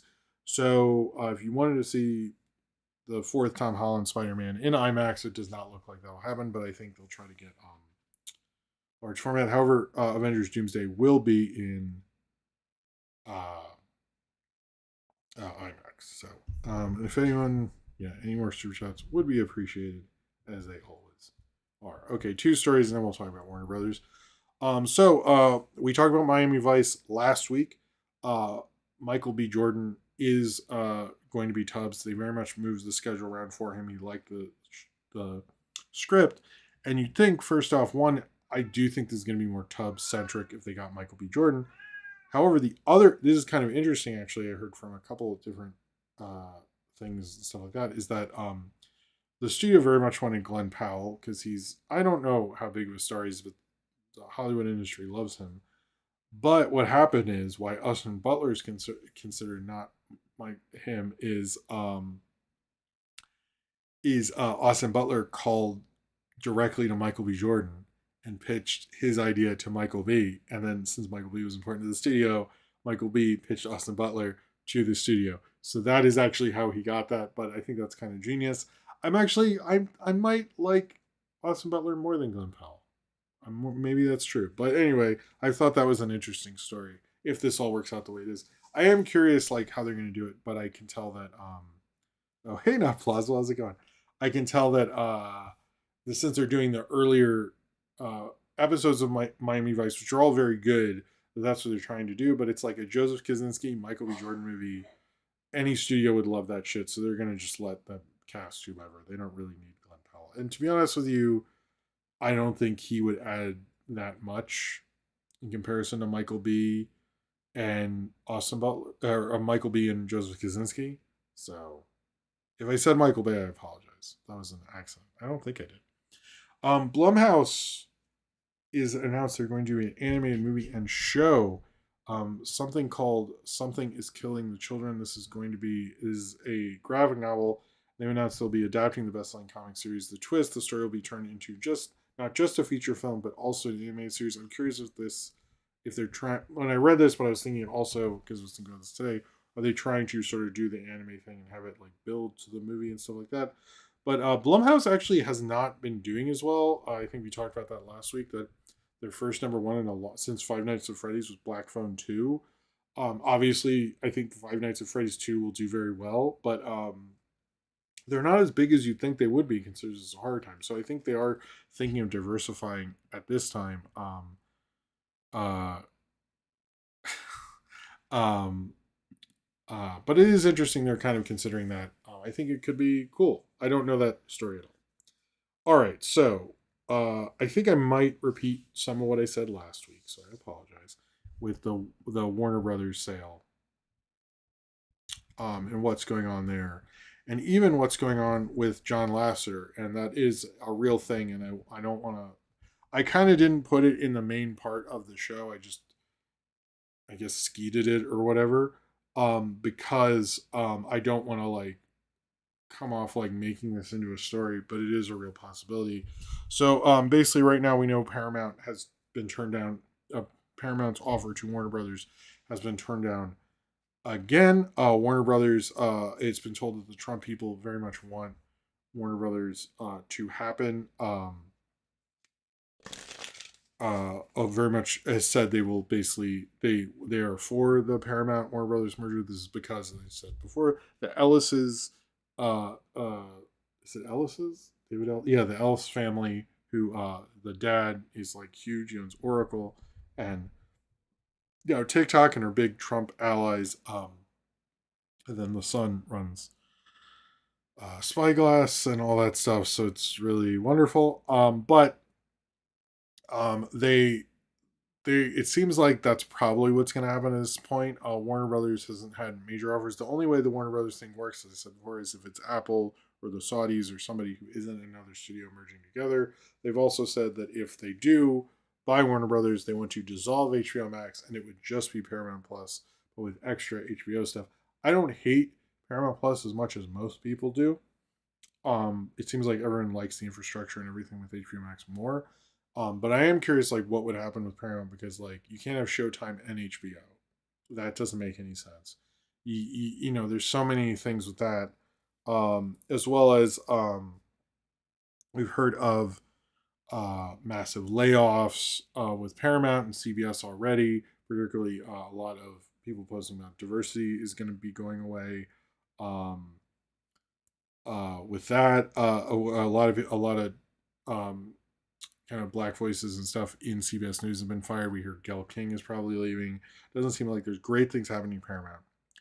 But I want to bring up the one thing about Taylor Sheridan and what happened there. So Taylor Sheridan, basically, like, there's so many shows between Lawman and Gas Guy and Yellowstone and all the Yellowstone spinoffs and stuff that he um, basically makes them a lot of money. And they went to he has this huge ranch, which he paid way too much for and was able to pay off because he makes so many shows. But they came to his ranch and basically wanted to tell him what to do, how to spend money on his shows, how to tighten things up, how to make spinoffs, all this. And it failed so spectacularly, he signed a deal with Universal, which is a bad thing because, like, he's kind of one of their crown jewels for their company. I think the thing with the Ellisons is they talk a good game, but, like, they haven't done anything yet. They've just been signing deals. Um, like, they haven't had even a success with Paramount yet. Like, even if they do have a hit with Paramount, it wouldn't be because of them. And they're tremendously bad at signing deals. I brought this up with the South Park deal. They came into the South Park deal. They were like, all the South Park people wanted to do is sort of get an extension or whatever. They fought them, considered that they could pay them less and get more episodes or something. And Trey Parker and Matt Stone ended up getting more money, not making any more episodes. Like, how you're not convincing me that they're like good at making deals? They sound like fucking dumbasses. And then they could have just left Taylor Sheridan alone and just let the money flow in, and they had to like fuck around with him, and now he's bouncing. And they got, you know, the script for the Call of Duty movie, but like losing, like, how each time these guys think they can come in to one of their biggest money makers and think they can smooth over the deal, and they fail tremendously. I don't think these people should be running Warner Brothers because they clearly don't know what they're fucking doing. Like, I don't, like, how do you fuck up both these people? Like, I don't, what the fuck is going on over there? Like, they're clearly not very good at business because, like, why are you like you fumbled the two bigger deals, and he wasn't even like, all you had to do is sign him for longer. Like, he wasn't looking for another deal. He clearly like fucking hates you. So like this like looks really bad right now for that. Like, there's no way you could take these guys seriously. The only thing we have to take them seriously because they have money, which is like a whole like evil rich person thing. But like they're not very good at this. Like the fact that like they had signed him to a 10-year deal, you'd be like, there you go. But instead, he's like, you guys suck. I'm leaving. It's like not good. I don't understand what the fuck they're doing. And they're losing Gail King. What if she goes somewhere else? Like, this is like, what is going on over there? These guys are fucking morons. Like, they're just like, how did you fuck up? You don't do that, you know? It's like, you don't mess with your two biggest money makers. Like, I mean, Paramount doesn't have a lot going for it. I'm not trying to overemphasize, but Yellowstone is kind of their biggest thing, and like all the spin and all that stuff. And like, from King of Tulsa to Jeremy Renner show to all, I don't know the name. I haven't watched them. They don't look good to me at all. But like, these guys are like, the Ellisons are very bad at this. Like, I'm very surprised at how bad they are at running Paramount. And then they're like, we're gonna buy Warner Brothers. I'm like, what is Bugs Bunny gonna like these are the people that Bugs Bunny would outsmart. I actually think Bugs Bunny will end up running the studio and Daffy Duck will get kicked off and we'll have our real life back in action, because that would make more sense than these guys being like actually good at running studios, because they're just like fucking hilarious. In other it's just like, I was just so surprised, like, you guys fucked this up again. Like the South Park thing was hilarious because like I think they thought they really would do a good job, and they didn't. They screwed it up. I mean, they signed them to longer, but like, if I'm Trey Parker Maston and come out of it, I'm like, okay, well, we just got paid more. And it seems like they can start seasons and end them whenever they want. Like, Jesus, what fucking idiots. Oh my god, you're gonna watch Jon Stewart's gonna like get the rights to the Daily Show for $1 and like go somewhere else, and they're really gonna be fucked. All right, I mean, I can't think of like, is SpongeBob gonna like sign a deal somewhere else? Like, what is going on over there? There have been massive layoffs, and there were a lot of at Paramount, and particularly, but one that is notable in the animation world is the president of Paramount Animation, Ramsey Nato, is departing the studio. She was not let go. I want to bring this. She stepped down. Was she asked to step down? We don't know, but she's been the head of Nickelodeon Animation, a lot of stuff for a very long time, and she's responsible for a lot of stuff. And this is why I'm talking about the Lasseter thing. So it's sort of been this unspoken thing for a while that when they talk about Skydance and how they do have a deal with Lasseter, and he is one of their top animation executives. When they talk about, and I'm not trying to, I know I talk shit about people who make stories out of nothing, but I think this is worth mentioning, that when you talk about any studio and who's leaving, you talk about the other top executives, and even though Skydance Animation is sort of its own thing with Netflix and all that, I think there is a possibility that they would bring him back and have him run the whole thing. Particularly, like, they have a fairly noted animation executive with a lot of great experience, and like, you know, I'm sure it's something they discuss. So could we see, I think the darker element of this is, could we see him getting Paramount Animation? And if the Trump administration, I mean, it's up to Warner Brothers and all them, but if like that merges, could we see a deal where John Lasseter runs both Paramount and Warner Brothers Animation? And that's our future. And the Skydance thing, and like Raygun gets a huge release. I mean, I can, it's not impossible right now. And like, her stepping down is not a good move, because everyone said, oh, well, Lasseter, there were entertainment and industry reporters said, well, Lasseter will not get that because she's there. Well, now she's not there. So like, please do not do that. Like, I also like, I find like him returning very weird, because he kept saying Toy Story 4 is it, and then I'm going to like bounce and maybe I'll do a personal thing. Like, that is not what he's doing. So I don't understand that, but like, there's a real future, like, where one, he runs Paramount Animation, and then two, if the Warner's merger goes through, what's going to happen there? So this is like concerning. So if it doesn't happen, I'm just bringing it up because the possibilities there. But if it does happen, don't be too shocked. I think it could, and I think like they sort of know people will freak out a bit, and they'll be bring up, and maybe they're preparing for that. That's why like none of the industry reports brought it up, which is weird because before when she was there and she was brought up, they would bring up that they're separate entities, and I noticed that wasn't brought up at all, which is interesting, but we'll see. But she did, I will say, she did step down in solidarity with everyone who's fired, which I think is honorable, and stuff like that. But we'll see. We'll see. We'll see. It's just very, very, very weird, this whole thing, and I don't like where we're headed. Let me just say that. All right. I'm not a person who will ever cry category fraud. Let me just in awards things. I think that is the dumbest term ever.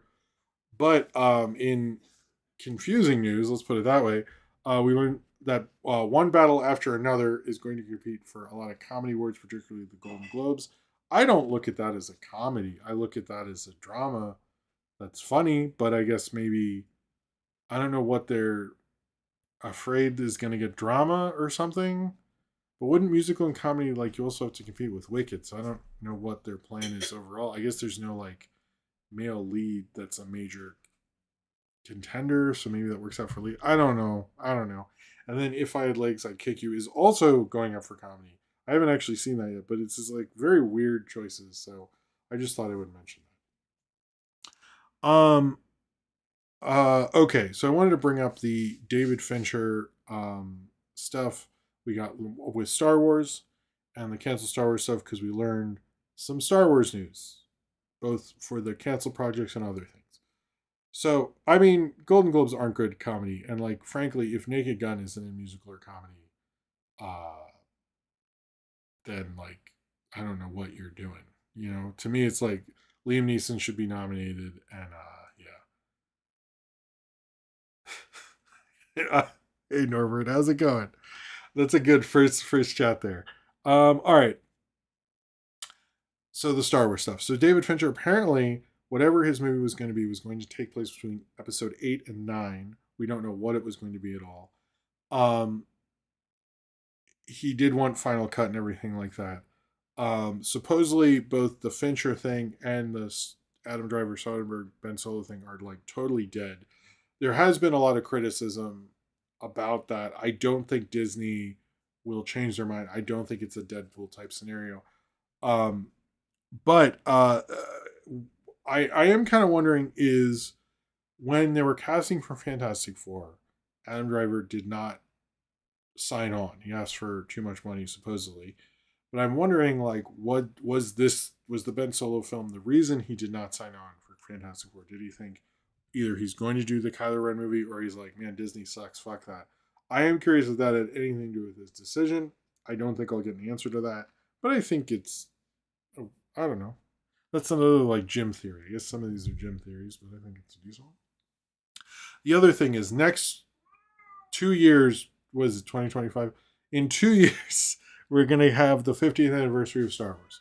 There is a rumor that, and we know that they will be re-releasing Star Wars, the original movie, the first, A New Hope, in theaters for the 50th. The rumor is, and it's more than a rumor, I believe, that they will be playing the original cuts and not the special editions for the 50th, and they're sort of like cleaning it up and doing a 4K, and they're sort of waiting to do an official re-release and stuff like that. I would love for that to happen. I I don't know if it would, but that would be amazing marketing. It'd be like see the original and all that stuff. I think you could honestly. That first movie is a pretty incredible. I saw the special edition '97. Um, I think I think it could work out, but I think even if you did the special edition, it would make like over 100 million because back in '97 it made over 100 million. Like that's the original Star Wars is amazing to watch in a theater. So I can see this doing well, and I think they know to put some money behind it, and especially because Disney really hasn't taken advantage of the re-release thing. So maybe this is like, hey, if we're gonna go in, let's go in big, which I could see them doing. It also would make you go, I think what could also help is it would make you go, oh, I have to see this in theaters because streaming just has special edition. And then every 3 years you could re-release the original cut in theaters and then put it on streaming. I can see this working out incredibly well. Like you'd be like, holy shit, like I gotta see this in theaters. This is the only way I can see it, like legally or whatever. I mean, I have those cuts, but you know what I mean. I think that could, I can sort of see why financially you'd want to do it that way. So, but anyway, there seems to be rumors about that. All right, Andy Muschietti, who is doing the It show, Welcome to Derry, has been doing press, and he's still talking about doing Batman Brave and the Bold. Almost every reporter has said he's not doing a Batman Brave and the Bold. There's sort of rumors about him and Batman Brave and the Bold that sort of make sense, and they are more. Uh, it is speculation, but I think there's some precedent. I might have to go get Buster between this. There is some precedent about that. But the thing with Andy Muschietti, it seems like no one wants him to do Batman Brave and the Bold. I also think it's a dumbass idea to have two Batman movies franchises at the same time. I think it would make more sense to have the Batman movie like wait until Pattinson is done and bring him in late. Uh because they have they have that at their disposal if the DC thing isn't doing as well, much like Marvel can do with X-Men, which has always been what I've been saying.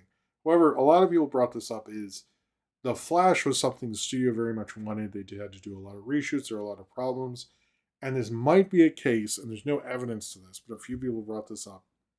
This might be the case of a person who brought something to the finish line. He had to deal with Ezra Miller and all these problems.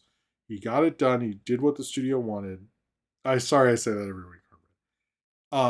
And everyone in the industry is happy with him, but no one who like saw the movie is. I say this is a similar thing to what happened with the guy who edited Bohemian Rhapsody.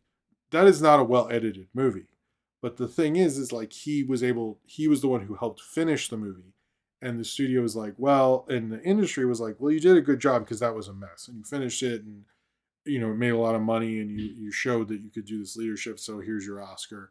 And it wasn't about good editing because like clearly, and people are saying that this is a similar situation. I'm like, I think that's far fetched because I just don't think David Zaslav's that kind of an executive. I sort of can see it, but I also just think like let's give up on Batman Brave and the Bold. Let's just have one Batman until Pattinson's done. You messed up doing Pattinson before you had a proper DCU, and it's not connected, and that was a kind of a dumbass move. But you did it, and that's where we are. Just move on. But I do find it funny. Andy Muschietti is still talking about this movie, and they're still talking about it, and they won't shut up about it. So, Batman 2 is happening. Adele Butterfly. It is still going on. They're going to shoot it. They're not canceling the Batman, the Pattinson, Matt Reeves Batman movies. It's just they like to take their time, and in the meantime, James Gunn can't and Andy Muschietti act like it's going to happen. But I think it's like there's so many other DC characters who really haven't had successful franchises and stuff. Like I think they're like missing the forest for the trees. But whatever. Moving on. I mentioned this last week that there was an article about Jim Mallon, who was one of the producers and co-creators, I guess, of Mystery Science Theater. It came out that he has Parkinson's, and he actually became like kind of a therapist, which I didn't know about him. Sorry, I wanted to bring up this. I didn't know about a lot of the stuff with him. It's an article that was going around. It kind of came out or hit the Mystery Science Theater kind of stuff I follow right before the show, and I wanted to actually read it. But he helped make the show. He was sort of holding the show back, and a lot of people in the fan base do not like him. But yes, he was diagnosed with Parkinson's in 2017. He actually became a mental health counselor, which I didn't know. Apparently, his daughter died in an accident in 1997. I didn't know that at all. I'd never heard that before. But I know he wasn't well liked in the Mystery Science Theater fandom. I think he gave his rights to Joel and them so they could do the Netflix thing. But it seems like when the show ended, like he was responsible, I think, since then for the Mystery Science Theater Flash show, which maybe one day I'll do a review of. But like he's never been well liked But it seems like everyone like came together and was like, "Oh, I didn't know all this stuff about him, and that he has Parkinson's and stuff like that." But it does have him taking pictures of him with the original Gypsy, which was nice to see him and Gypsy together since he was the voice of Gypsy as well. But yeah, it seems like he's retiring and health wise not doing great. I didn't know all that stuff about him. It makes me think he has more of a soul than I previously thought, which was not. I did not know. All right, but yeah, it was interesting. So two stories in this Roadhouse story, which is hilarious. Buck Rogers, which there's been rumors about a Buck Rogers thing for a long time, is finally has a screenwriter, Zen Wells, who helped co-write Deadpool and Wolverine. Sounds like they're moving ahead with something. I don't know if Buck Rogers is as big with people, and I kind of think it's one of those things that like a studio's like, we own the rights, so why not? Whatever, but we'll see. We're getting towards the end of the show. If anyone wants to do a super chat, sorry I have to mention it. Well, I don't want to be a dicky streamer. But anyway, the other thing, and this I thought was notable, so I wanted to mention it. The show High Potential, which has Sweetie, isn't her name Caitlin Olsen? I thought it was. Yeah, it is Caitlin Olsen. Okay, High Potential, which is a show starring Caitlin Olsen, which is like a procedural mystery show that she's on. It actually did a thing that no one's done since ER. It was the first 10 p.m. show to be number one in the ratings. 10 p.m. drama show to top the ratings since ER. Which is kind of cool, actually. I'm actually kind of surprised that that happened. I have not watched the show. I'm a little curious about it. But yeah, good for her. Good for that show. I didn't know it was that big. But apparently, it's actually been gaining in numbers since the first season. So, anyway, I just thought I'd bring that up because that was a pretty big deal. All right. So we're gonna GPC, Jim. What's that mean? I don't know what that means. We're talking about Roadhouse, Obits, Break, Bullet with Butterfly Wings questions. That's how this is going. If anyone's doing, I don't think anyone's doing the timestamps unless someone is. But if anyone is, that's or maybe I'll do it after the show. Maybe I don't know. I think I might just pass out. So this is not a joke. I know I've said theories and like speculation things, which I've noted. So I'm not trying to spread rumors there. I feel a little bad about it. There's dueling bird. Wait, what's going on? I'm lost. Oh, bird. I see it. There you go. There are dueling Roadhouse sequels. This is a real thing. I had this next to Jim Mallon. Maybe I should keep the mystery science thing. There are really two dueling, this isn't a joke, Roadhouse sequels. So what this all goes, this is like the dumbest story I've ever heard in my life, and it was dumber before we got to two sequels. So basically what happened is there was the Roadhouse remake with Jake Gyllenhaal and Doug Liman, and they really wanted it to come out in theaters, even though they literally signed deals that paid them out for not going to theaters, then got mad at them because they signed those deals and made the money off of them. And Amazon was like, no, that's not what we gave you money for. And then they were still mad. And so then they're making a sequel, not involving Doug Liman because he was weird. Good on Big Bird for accomplishing that. Good for you, Nintendo. That was good. Cheers to you. I remember that story and everyone's like, yeah, it should release in theaters. That's what I was like. They signed deals for that not to happen. And then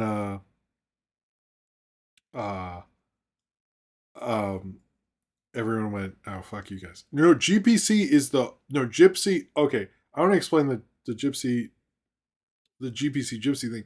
He was with the original Gypsy. So what I said was correct. GPC is from the newer reboot one. So I think I was actually correct in my terminology. I did actually think about that. I didn't know it was removed for the derogatory thing. Anyway, let's go back to this hilarious robot. I have to explain this. This has so many details that you wouldn't think a Roadhouse. I should have probably talked about this earlier because it's funny. But this is a good way to. And then we can talk about people who died. So that's fun. So Doug Liman, this is like the dumbest career suicide shit, and it's over Roadhouse sequels, fucking hilarious. So, Roadhouse, there, Amazon or Amazon MGM or whatever is making a Roadhouse sequel with Jake Gyllenhaal, but with a different director. Um, then, but he's still upset about that. So, because the sequel rights to the original 1989 Roadhouse have reverted back to the original director or original screenwriter, which is actually in contention logistically, which is okay. Because there's because see if you didn't make it for hire, you can get the rights back, but uh, Amazon and MGM are countering this. He sold it to this other thing, his other company, which qualifies work for hire. But since they haven't figured this out yet, Doug Lyman went to the other person, not a joke again, other person who owns the screenwriting rights of Roadhouse, and is making his own sequel called Roadhouse Dylan. The other thing that's confusing is there was a direct-to-video Roadhouse sequel already. So in a sense, Amazon and the director of Go are fighting over remaking a direct-to-video sequel of Roadhouse. And almost everyone considers that this is nothing I'm telling you is a joke. Is considering this career suicide. A lot of people think these guys are just wanting to get paid out by Amazon MGM. I do not understand why you would risk your whole career for fucking Roadhouse. Like this is like, I keep joking, like this is the future Mike Nelson dreamed of for Mystery Science Theater, but it is hilarious to me that like why you would want to make a new so it's basically like the sequel Jake Gyllenhaal is a sequel to the remake.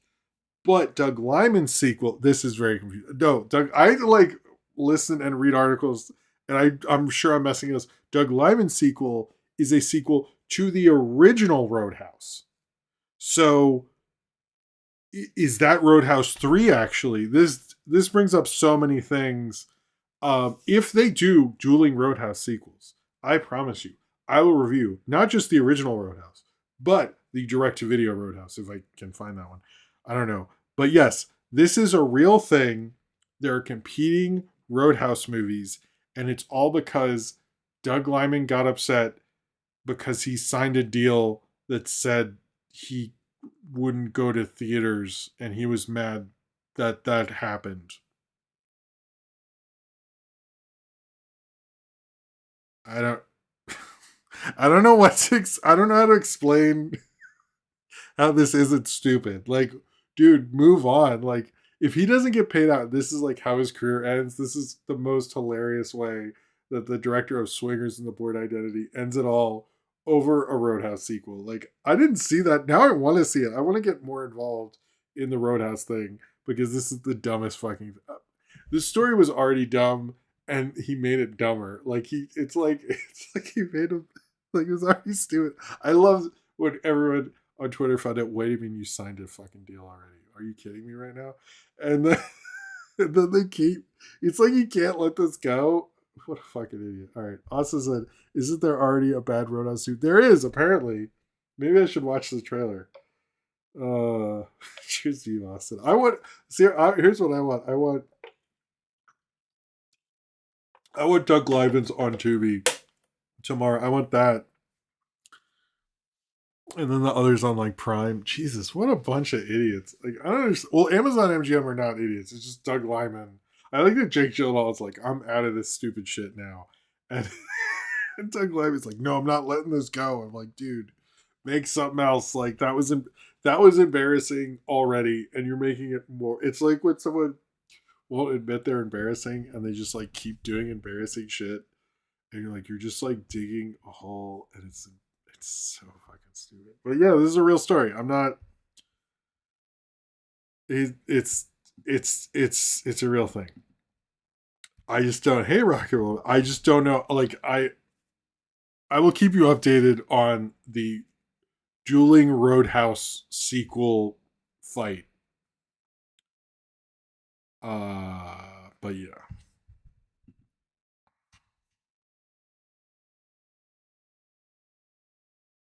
So it's just GPC. I didn't know the remain. I actually didn't know that, Austin. But I apologize if I offended anyone. All right. So before we do obits, this is an obit, but I didn't talk about this just because I forgot and I'm dumb. That's really it. The bass player, and I want to be serious about this. You're gonna think I'm joking, but the bass player of Limp Bizkit, Sam Rivers, died about a week or so ago. I did listen to Limp Bizkit when I was a kid. I don't care if you know, but that's not really why I'm talking about him. I used to play bass and have a bass. I don't have a bass anymore. When I did have a bass, I learned the bass part to rearrange, which has this part was like do do do do do do do do do do, and I was very good at that. And there's a lot of people who would hear that and go, "This guy's really good at bass." I wasn't really as good as Sam Rivers, who was a very accomplished musician. Like a lot of the bigger new metal bands, Korn and Limp Bizkit, were very well trained musicians. Like that's I you don't maybe like the results of their songwriting, but they're very well trained musicians. A lot of the dumb heavy metal bands are very well trained musicians as well. But I have to give a shout out to him because there's so many times I played that riff for years and years and was very good at it. Not as good as him, and people thought I was good at bass. So thank you, Sam Rivers, for making people think I was a good bass player. I almost joined a few bands. In fact, I did. None of them performed anywhere, but I played with bands because they're like, "Oh shit, you can do that," and like it just because I learned it and I got it memorized. I did mess around with stuff. I could play better and stuff.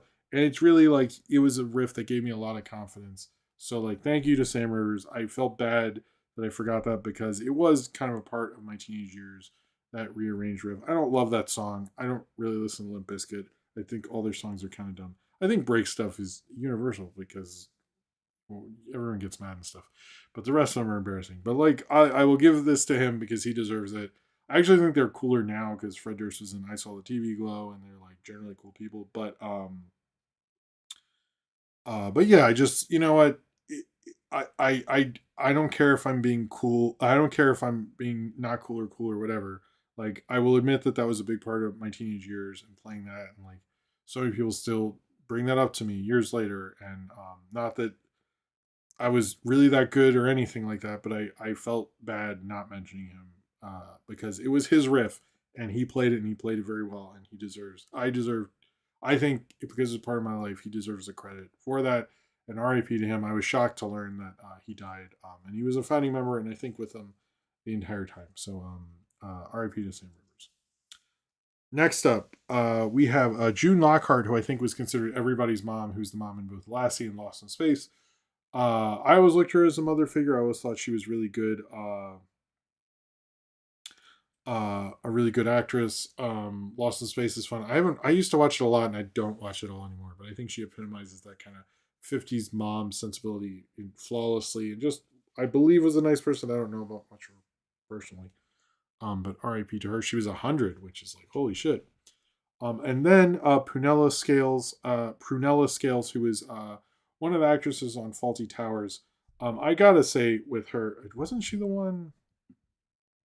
Hold on. Faulty Towers. If there's ever a list of the best, greatest sitcoms of all time, and there aren't a lot of, um, there are not a lot of episodes of Faulty Towers, so it won't take long to watch. But she, yeah, she was um, played John Cleese's wife on the show. Right? Yeah, she was played. Right? Am I? I thought so. Yeah, she says Sybil Faulty, and he's anyway.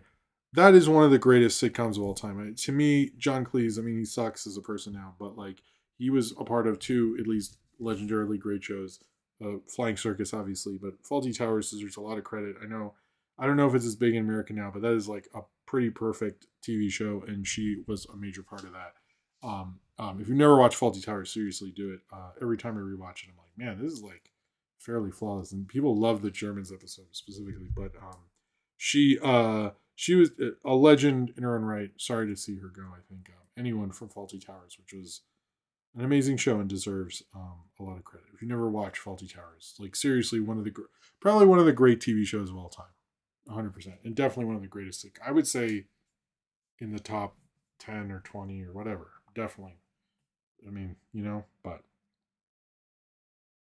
Oh, June Lockhart stood up for LGBT. I didn't know that. Awesome. Anyway, all right. I'm going to take a break.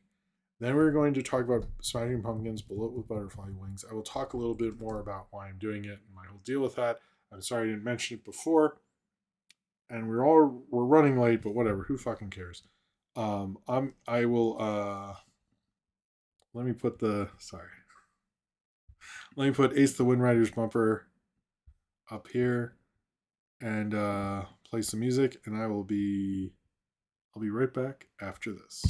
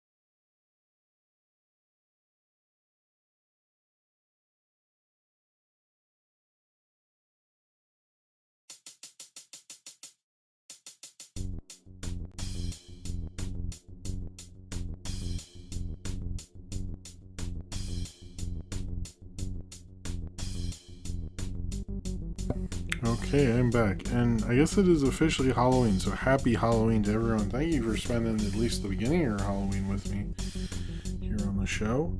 We're kind of wrapping up here. If you want to do a super chat, sorry, I have to.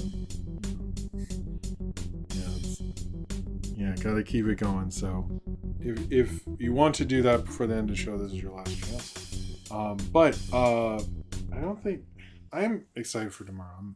I'm more excited. I just want to finish Cujo and I think the Beyond. I'm curious. Anyway, I don't know why I picked those. And now I'm like, I think there was a dorm one like Beyond the Dorm Door, Red Door. There's a dorm one that I've always wanted. And now I'm like, I gotta finish Cujo. Maybe we'll see. There's too many horror movies to watch. But Sophie said she wants to watch was it Dracula again, which I'm kind of happy about that. Although I suggested Horror of Dracula because like you're part British and you should know some Hammer. Although Hammer, man, ooh, a lot of bad shit though. But but all right. As much as the hopefully my computer will calm down. But what was I gonna say? All right, so I know I've been doing music video stuff, and I wanted to talk about this a little bit. I've been doing music video stuff, but I wanted to talk specifically. Um, I want to do stuff like from '95 was sort of a bigger year for me as middle school. I was getting more into music and MTV and all that stuff. But the Smashing Pumpkins' "Melancholy and Infinite Sadness" was a really big album to me, and I always look back on the 5 videos they made for the album. So what I kind of want to do, and what I'll do throughout, I guess from now till the end of towards the end of next year, is I like to review those 5 videos. There'll probably be a compilation after that, because those videos meant a lot to me. I think that was a big album. I would like to do it with some other artists, like Bex Odelay. I was really like, but I don't know if that goes well with. Oh, thank you, Medella Butterfly, for the super chat. Cheers to you. But I really like this run of videos. I'm not sure how I'm going to do the music video thing. It's sort of like a thing I'm starting. I know it. Well, the TLC video, we're waiting to see if it clears the copyright thing. Sort of. I think we'll find out. Maybe not by next. When is next show? The next show would be next Thursday, and that's. I might know by the next movie crap. We'll see. Um, but um, uh, I like those little emojis, Mandela Butterfly. Um, but yeah, I do want to do more of the music. But I thought Smashing Pumpkins, this album was always a big deal to me. And I was thinking, like, I talk about a lot of different media. I was like, I think these music videos represented something to me. And I noticed no one has reviewed them. So I kind of like want to do that as well, just to like add something to there and all that. So yeah, that's just to let you know what I'm doing. So you might see more of these, unless like everyone totally hates that I did this, and maybe I won't. But let's just start with the first one. All right, so today I'm going to talk about Smashing Pumpkins' "Bullet with Butterfly Wings."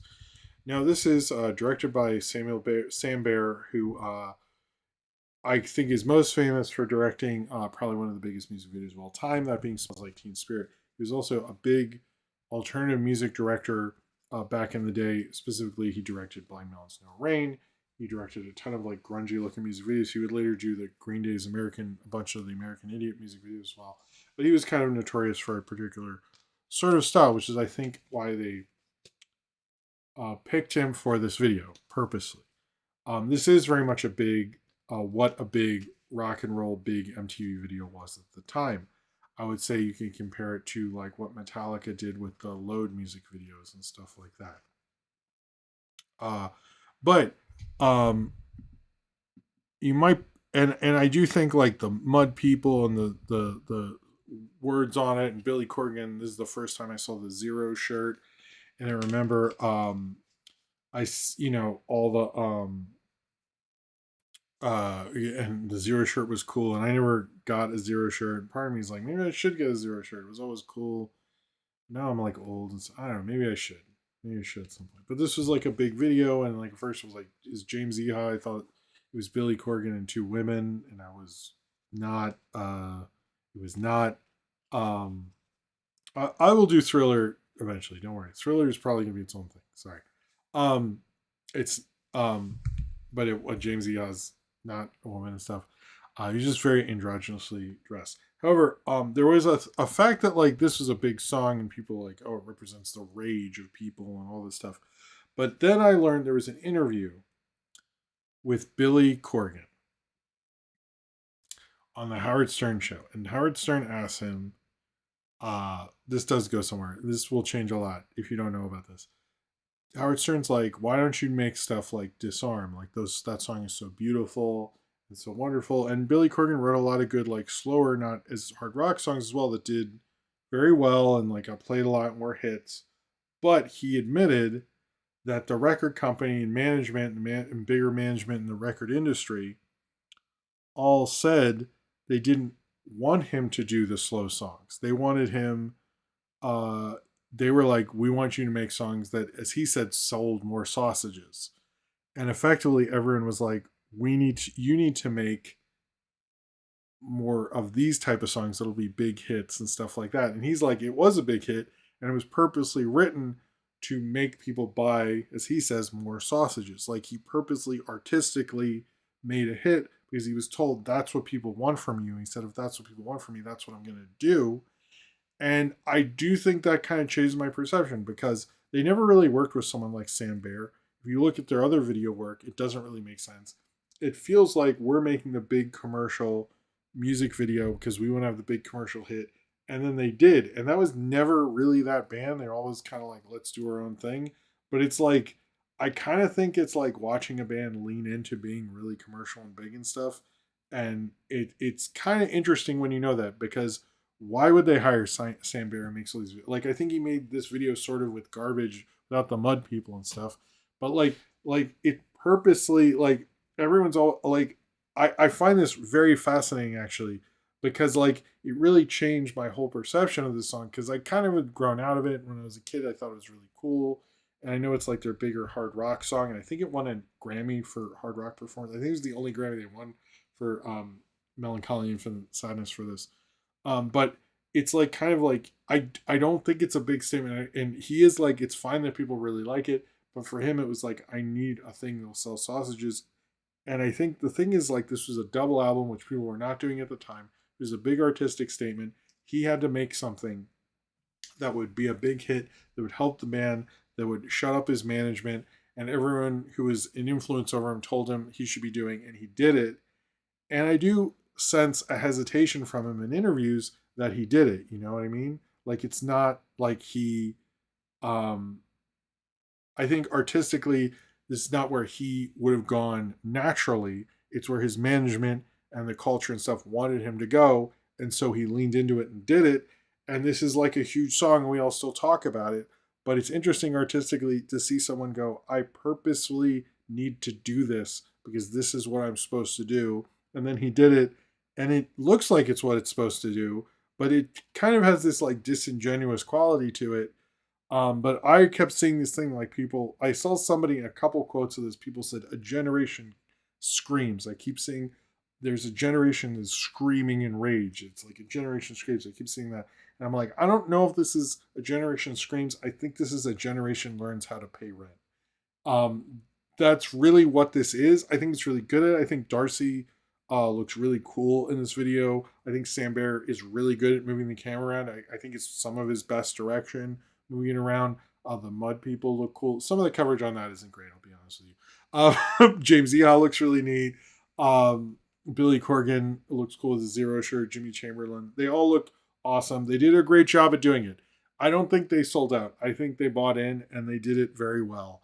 And I think, you know, I'm not saying you're an idiot for liking the song. He doesn't think, Billy Corgan doesn't think that, and he admitted what the deal is with this song.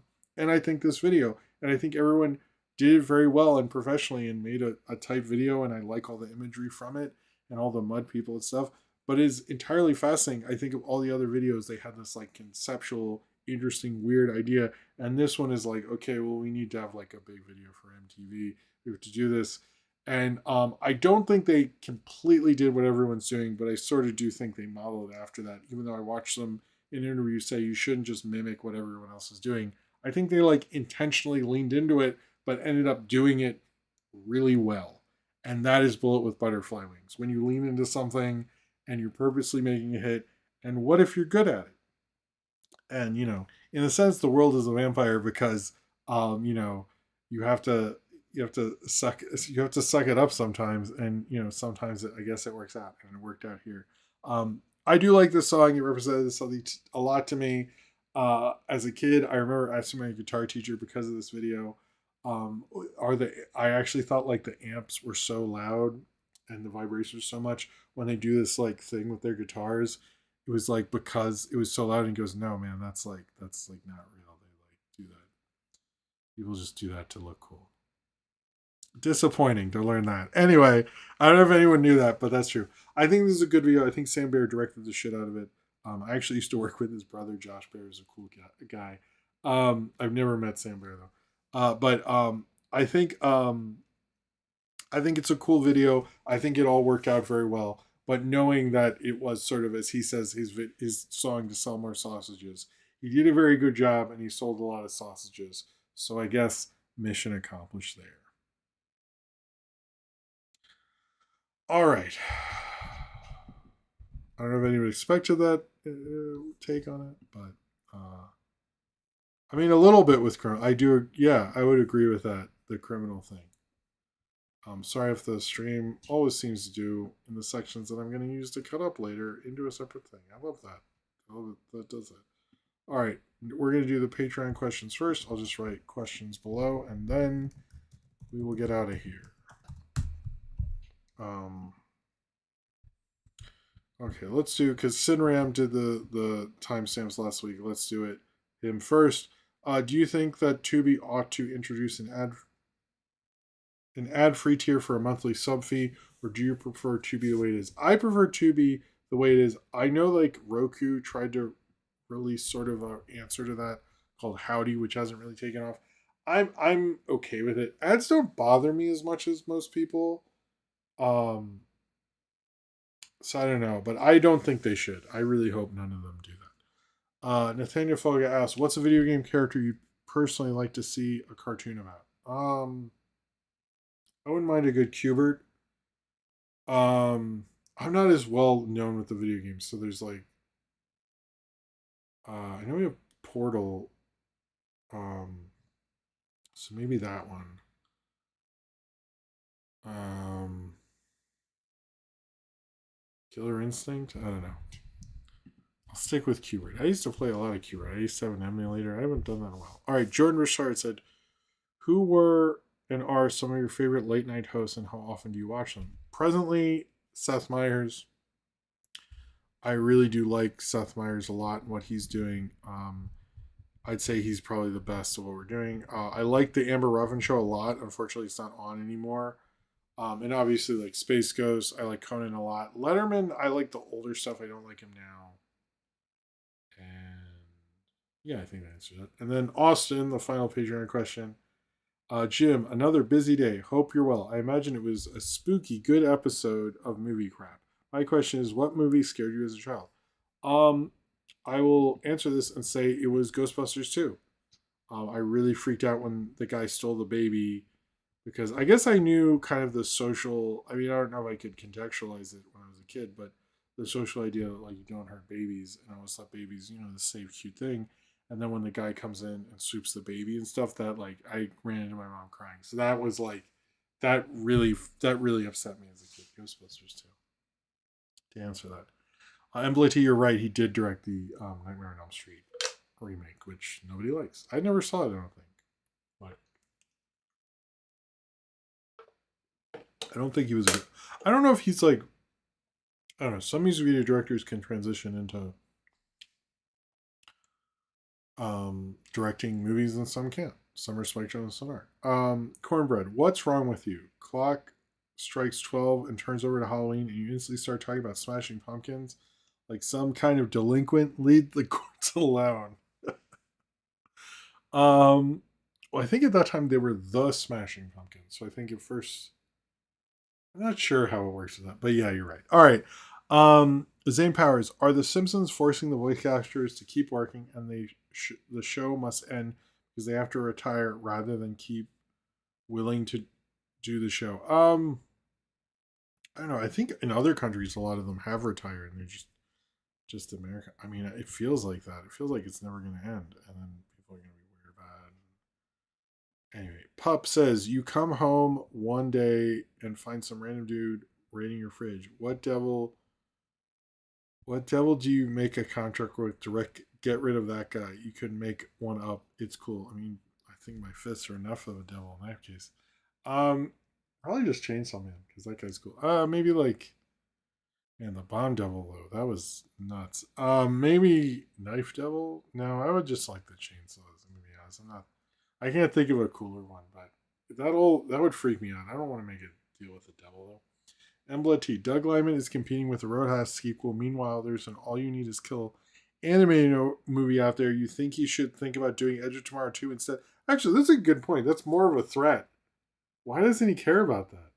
Maybe nobody told him. Don't tell him. Don't tell him. Not plausible. If Tommy Tooby had a real life mascot, would he be a person, animal, or inanimate object? A mascot?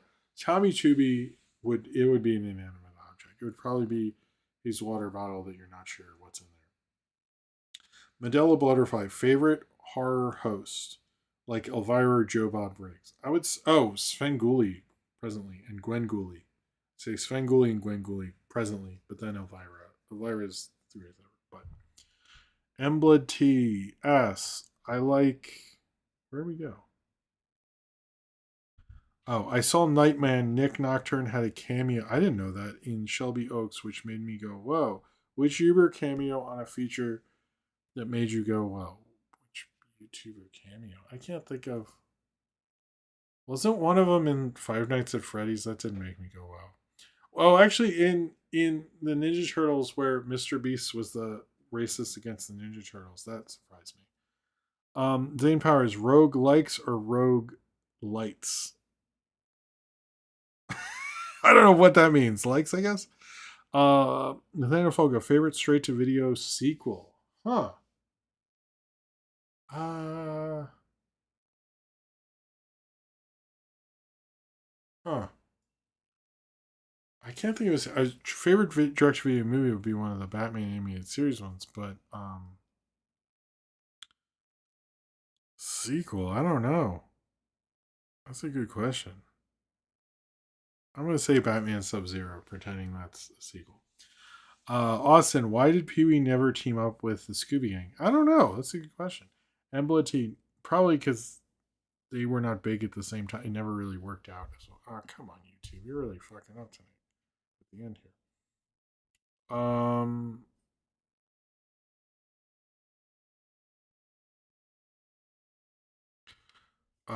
Notice how Christoph Waltz is Luc Besson's Dracula and Guillermo del Toro's Frankenstein. I didn't know he was Luc Besson's Dracula. Like, good for him. Rocket Lomax, is Ghostbusters 2 underrated? No, I don't believe so. It's been a bit, but I would say no. I have nostalgia for it, but no. Jordan Slothlow, would Peter Griffin from Family Guy be a better pick for directing the Roadhouse sequels? You know what? Let's get Peter Griffin involved in this too. Why not? Zane Powers, isn't it bullshit that children are shielded from violence more often in movies? Would you rather them to be as frequently and violently mauled as adult? There's nothing wrong with me. No, I'm okay with that. Favorite director who originally did music videos in San Francisco. Proud. I mean, David Fincher was really good. I was thinking today, like, what other music videos would I like to do? And David Fincher would be in there. I think actually Jonathan Dayton and Valerie Ferris, because I like their music video stuff way more than I like their feature film stuff, which I don't like as much. But probably Spike Jonze or Mark Romanek also.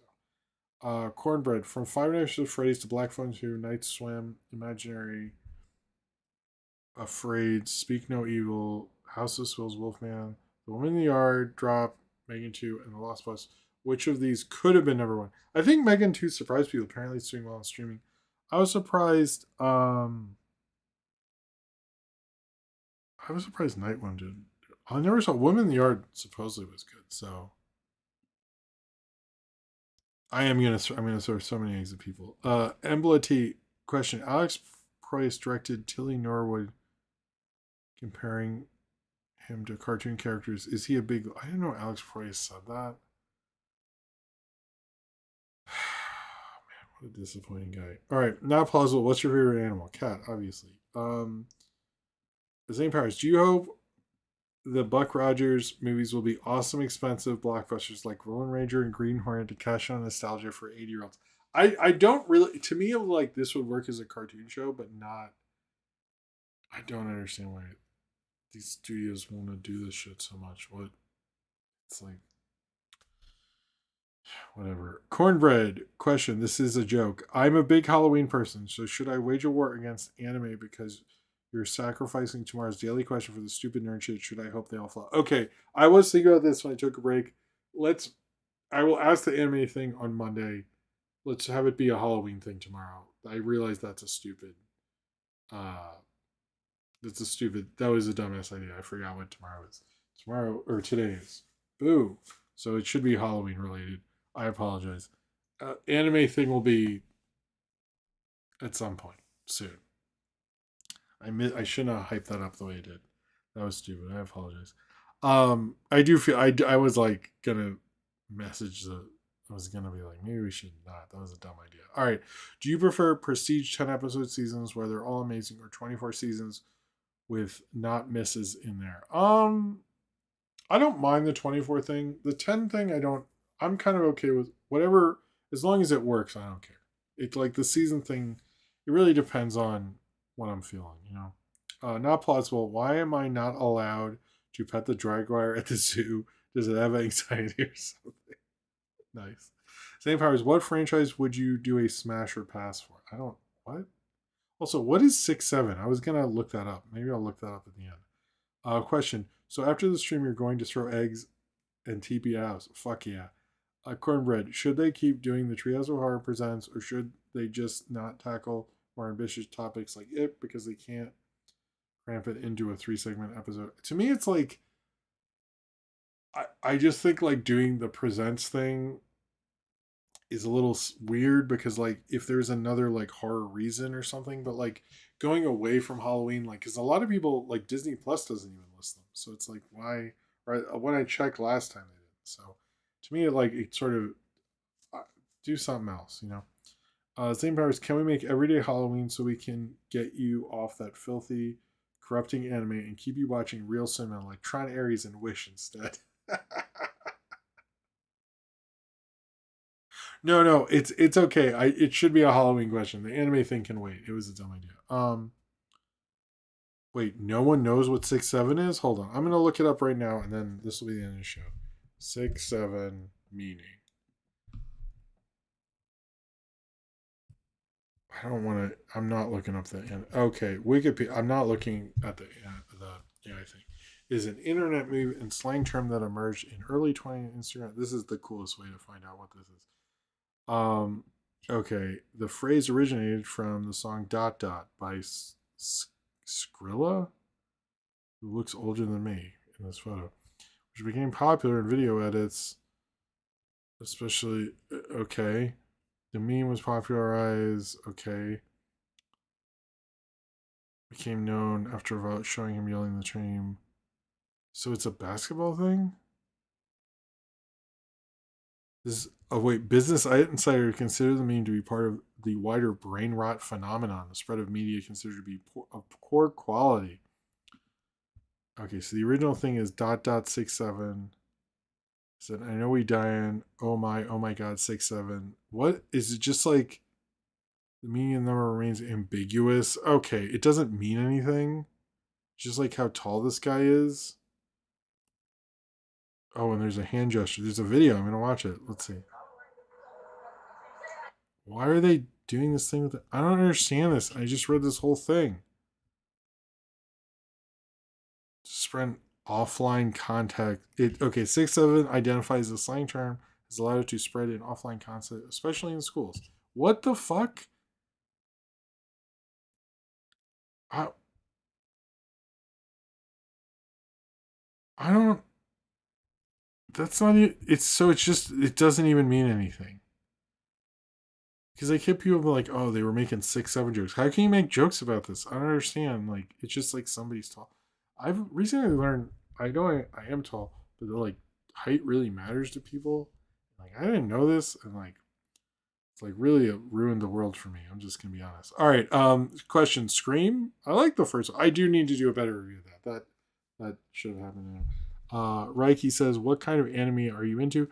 I'm kind of just open to whatever you get because I Chainsaw Man I did like, so maybe something like that. 6-7 is the little boo boo of memes. That's the most 2025 thing you could have ever said during Slawflo. Cornbread, are you excited to argue with me for 3 years on how much money the Hello Kitty movie will make, like we did for years with Minecraft? Fuck yeah, let's do it. Um, I don't understand this. I thought that would answer the thing, and it doesn't. Whatever. I was like, what does it mean? All right, we should just end this now. Sorry. Thank you all for being here. Thank you for the super chats. Let's give shout outs to people who gave super chats tonight. Where are we? Okay, we have Javier Partello, Bloxy Axelwinkle, Jordan Bouchard, Dan, Modelo Butterfly, Super Kirby Dude, Zane Powers, Nathaniel Fogo, Austin, and Modelo Butterfly. Thank you twice for Modelo Butterfly. That doesn't happen a lot, so I'm very appreciative. Thank you all very much. I hope you guys have a happy Halloween. Um, have a good night. Watch some cool horror movies. Have fun tomorrow night. Even if you're by yourself, just treat yourself good. Thank you all very much for being here. Thank you for your support. I think there'll only be one video this weekend, and then it'll be back to normal. But there's a lot of stuff. I was happy that Zombie Song came out and all that. Yeah, life is just always stuff. So I don't know. I'm like 6'2". I didn't understand. I don't know. Whatever. Apparently, I had all this power and I didn't even know I had power ever. So that's interesting. As a tall person, whatever. I'm going. Good night. Good night. Happy Halloween. I'll see you all next time. Thank you very, very much for your support. Subscribe if you would like to. Thanks for being here, and I'll see you all next time.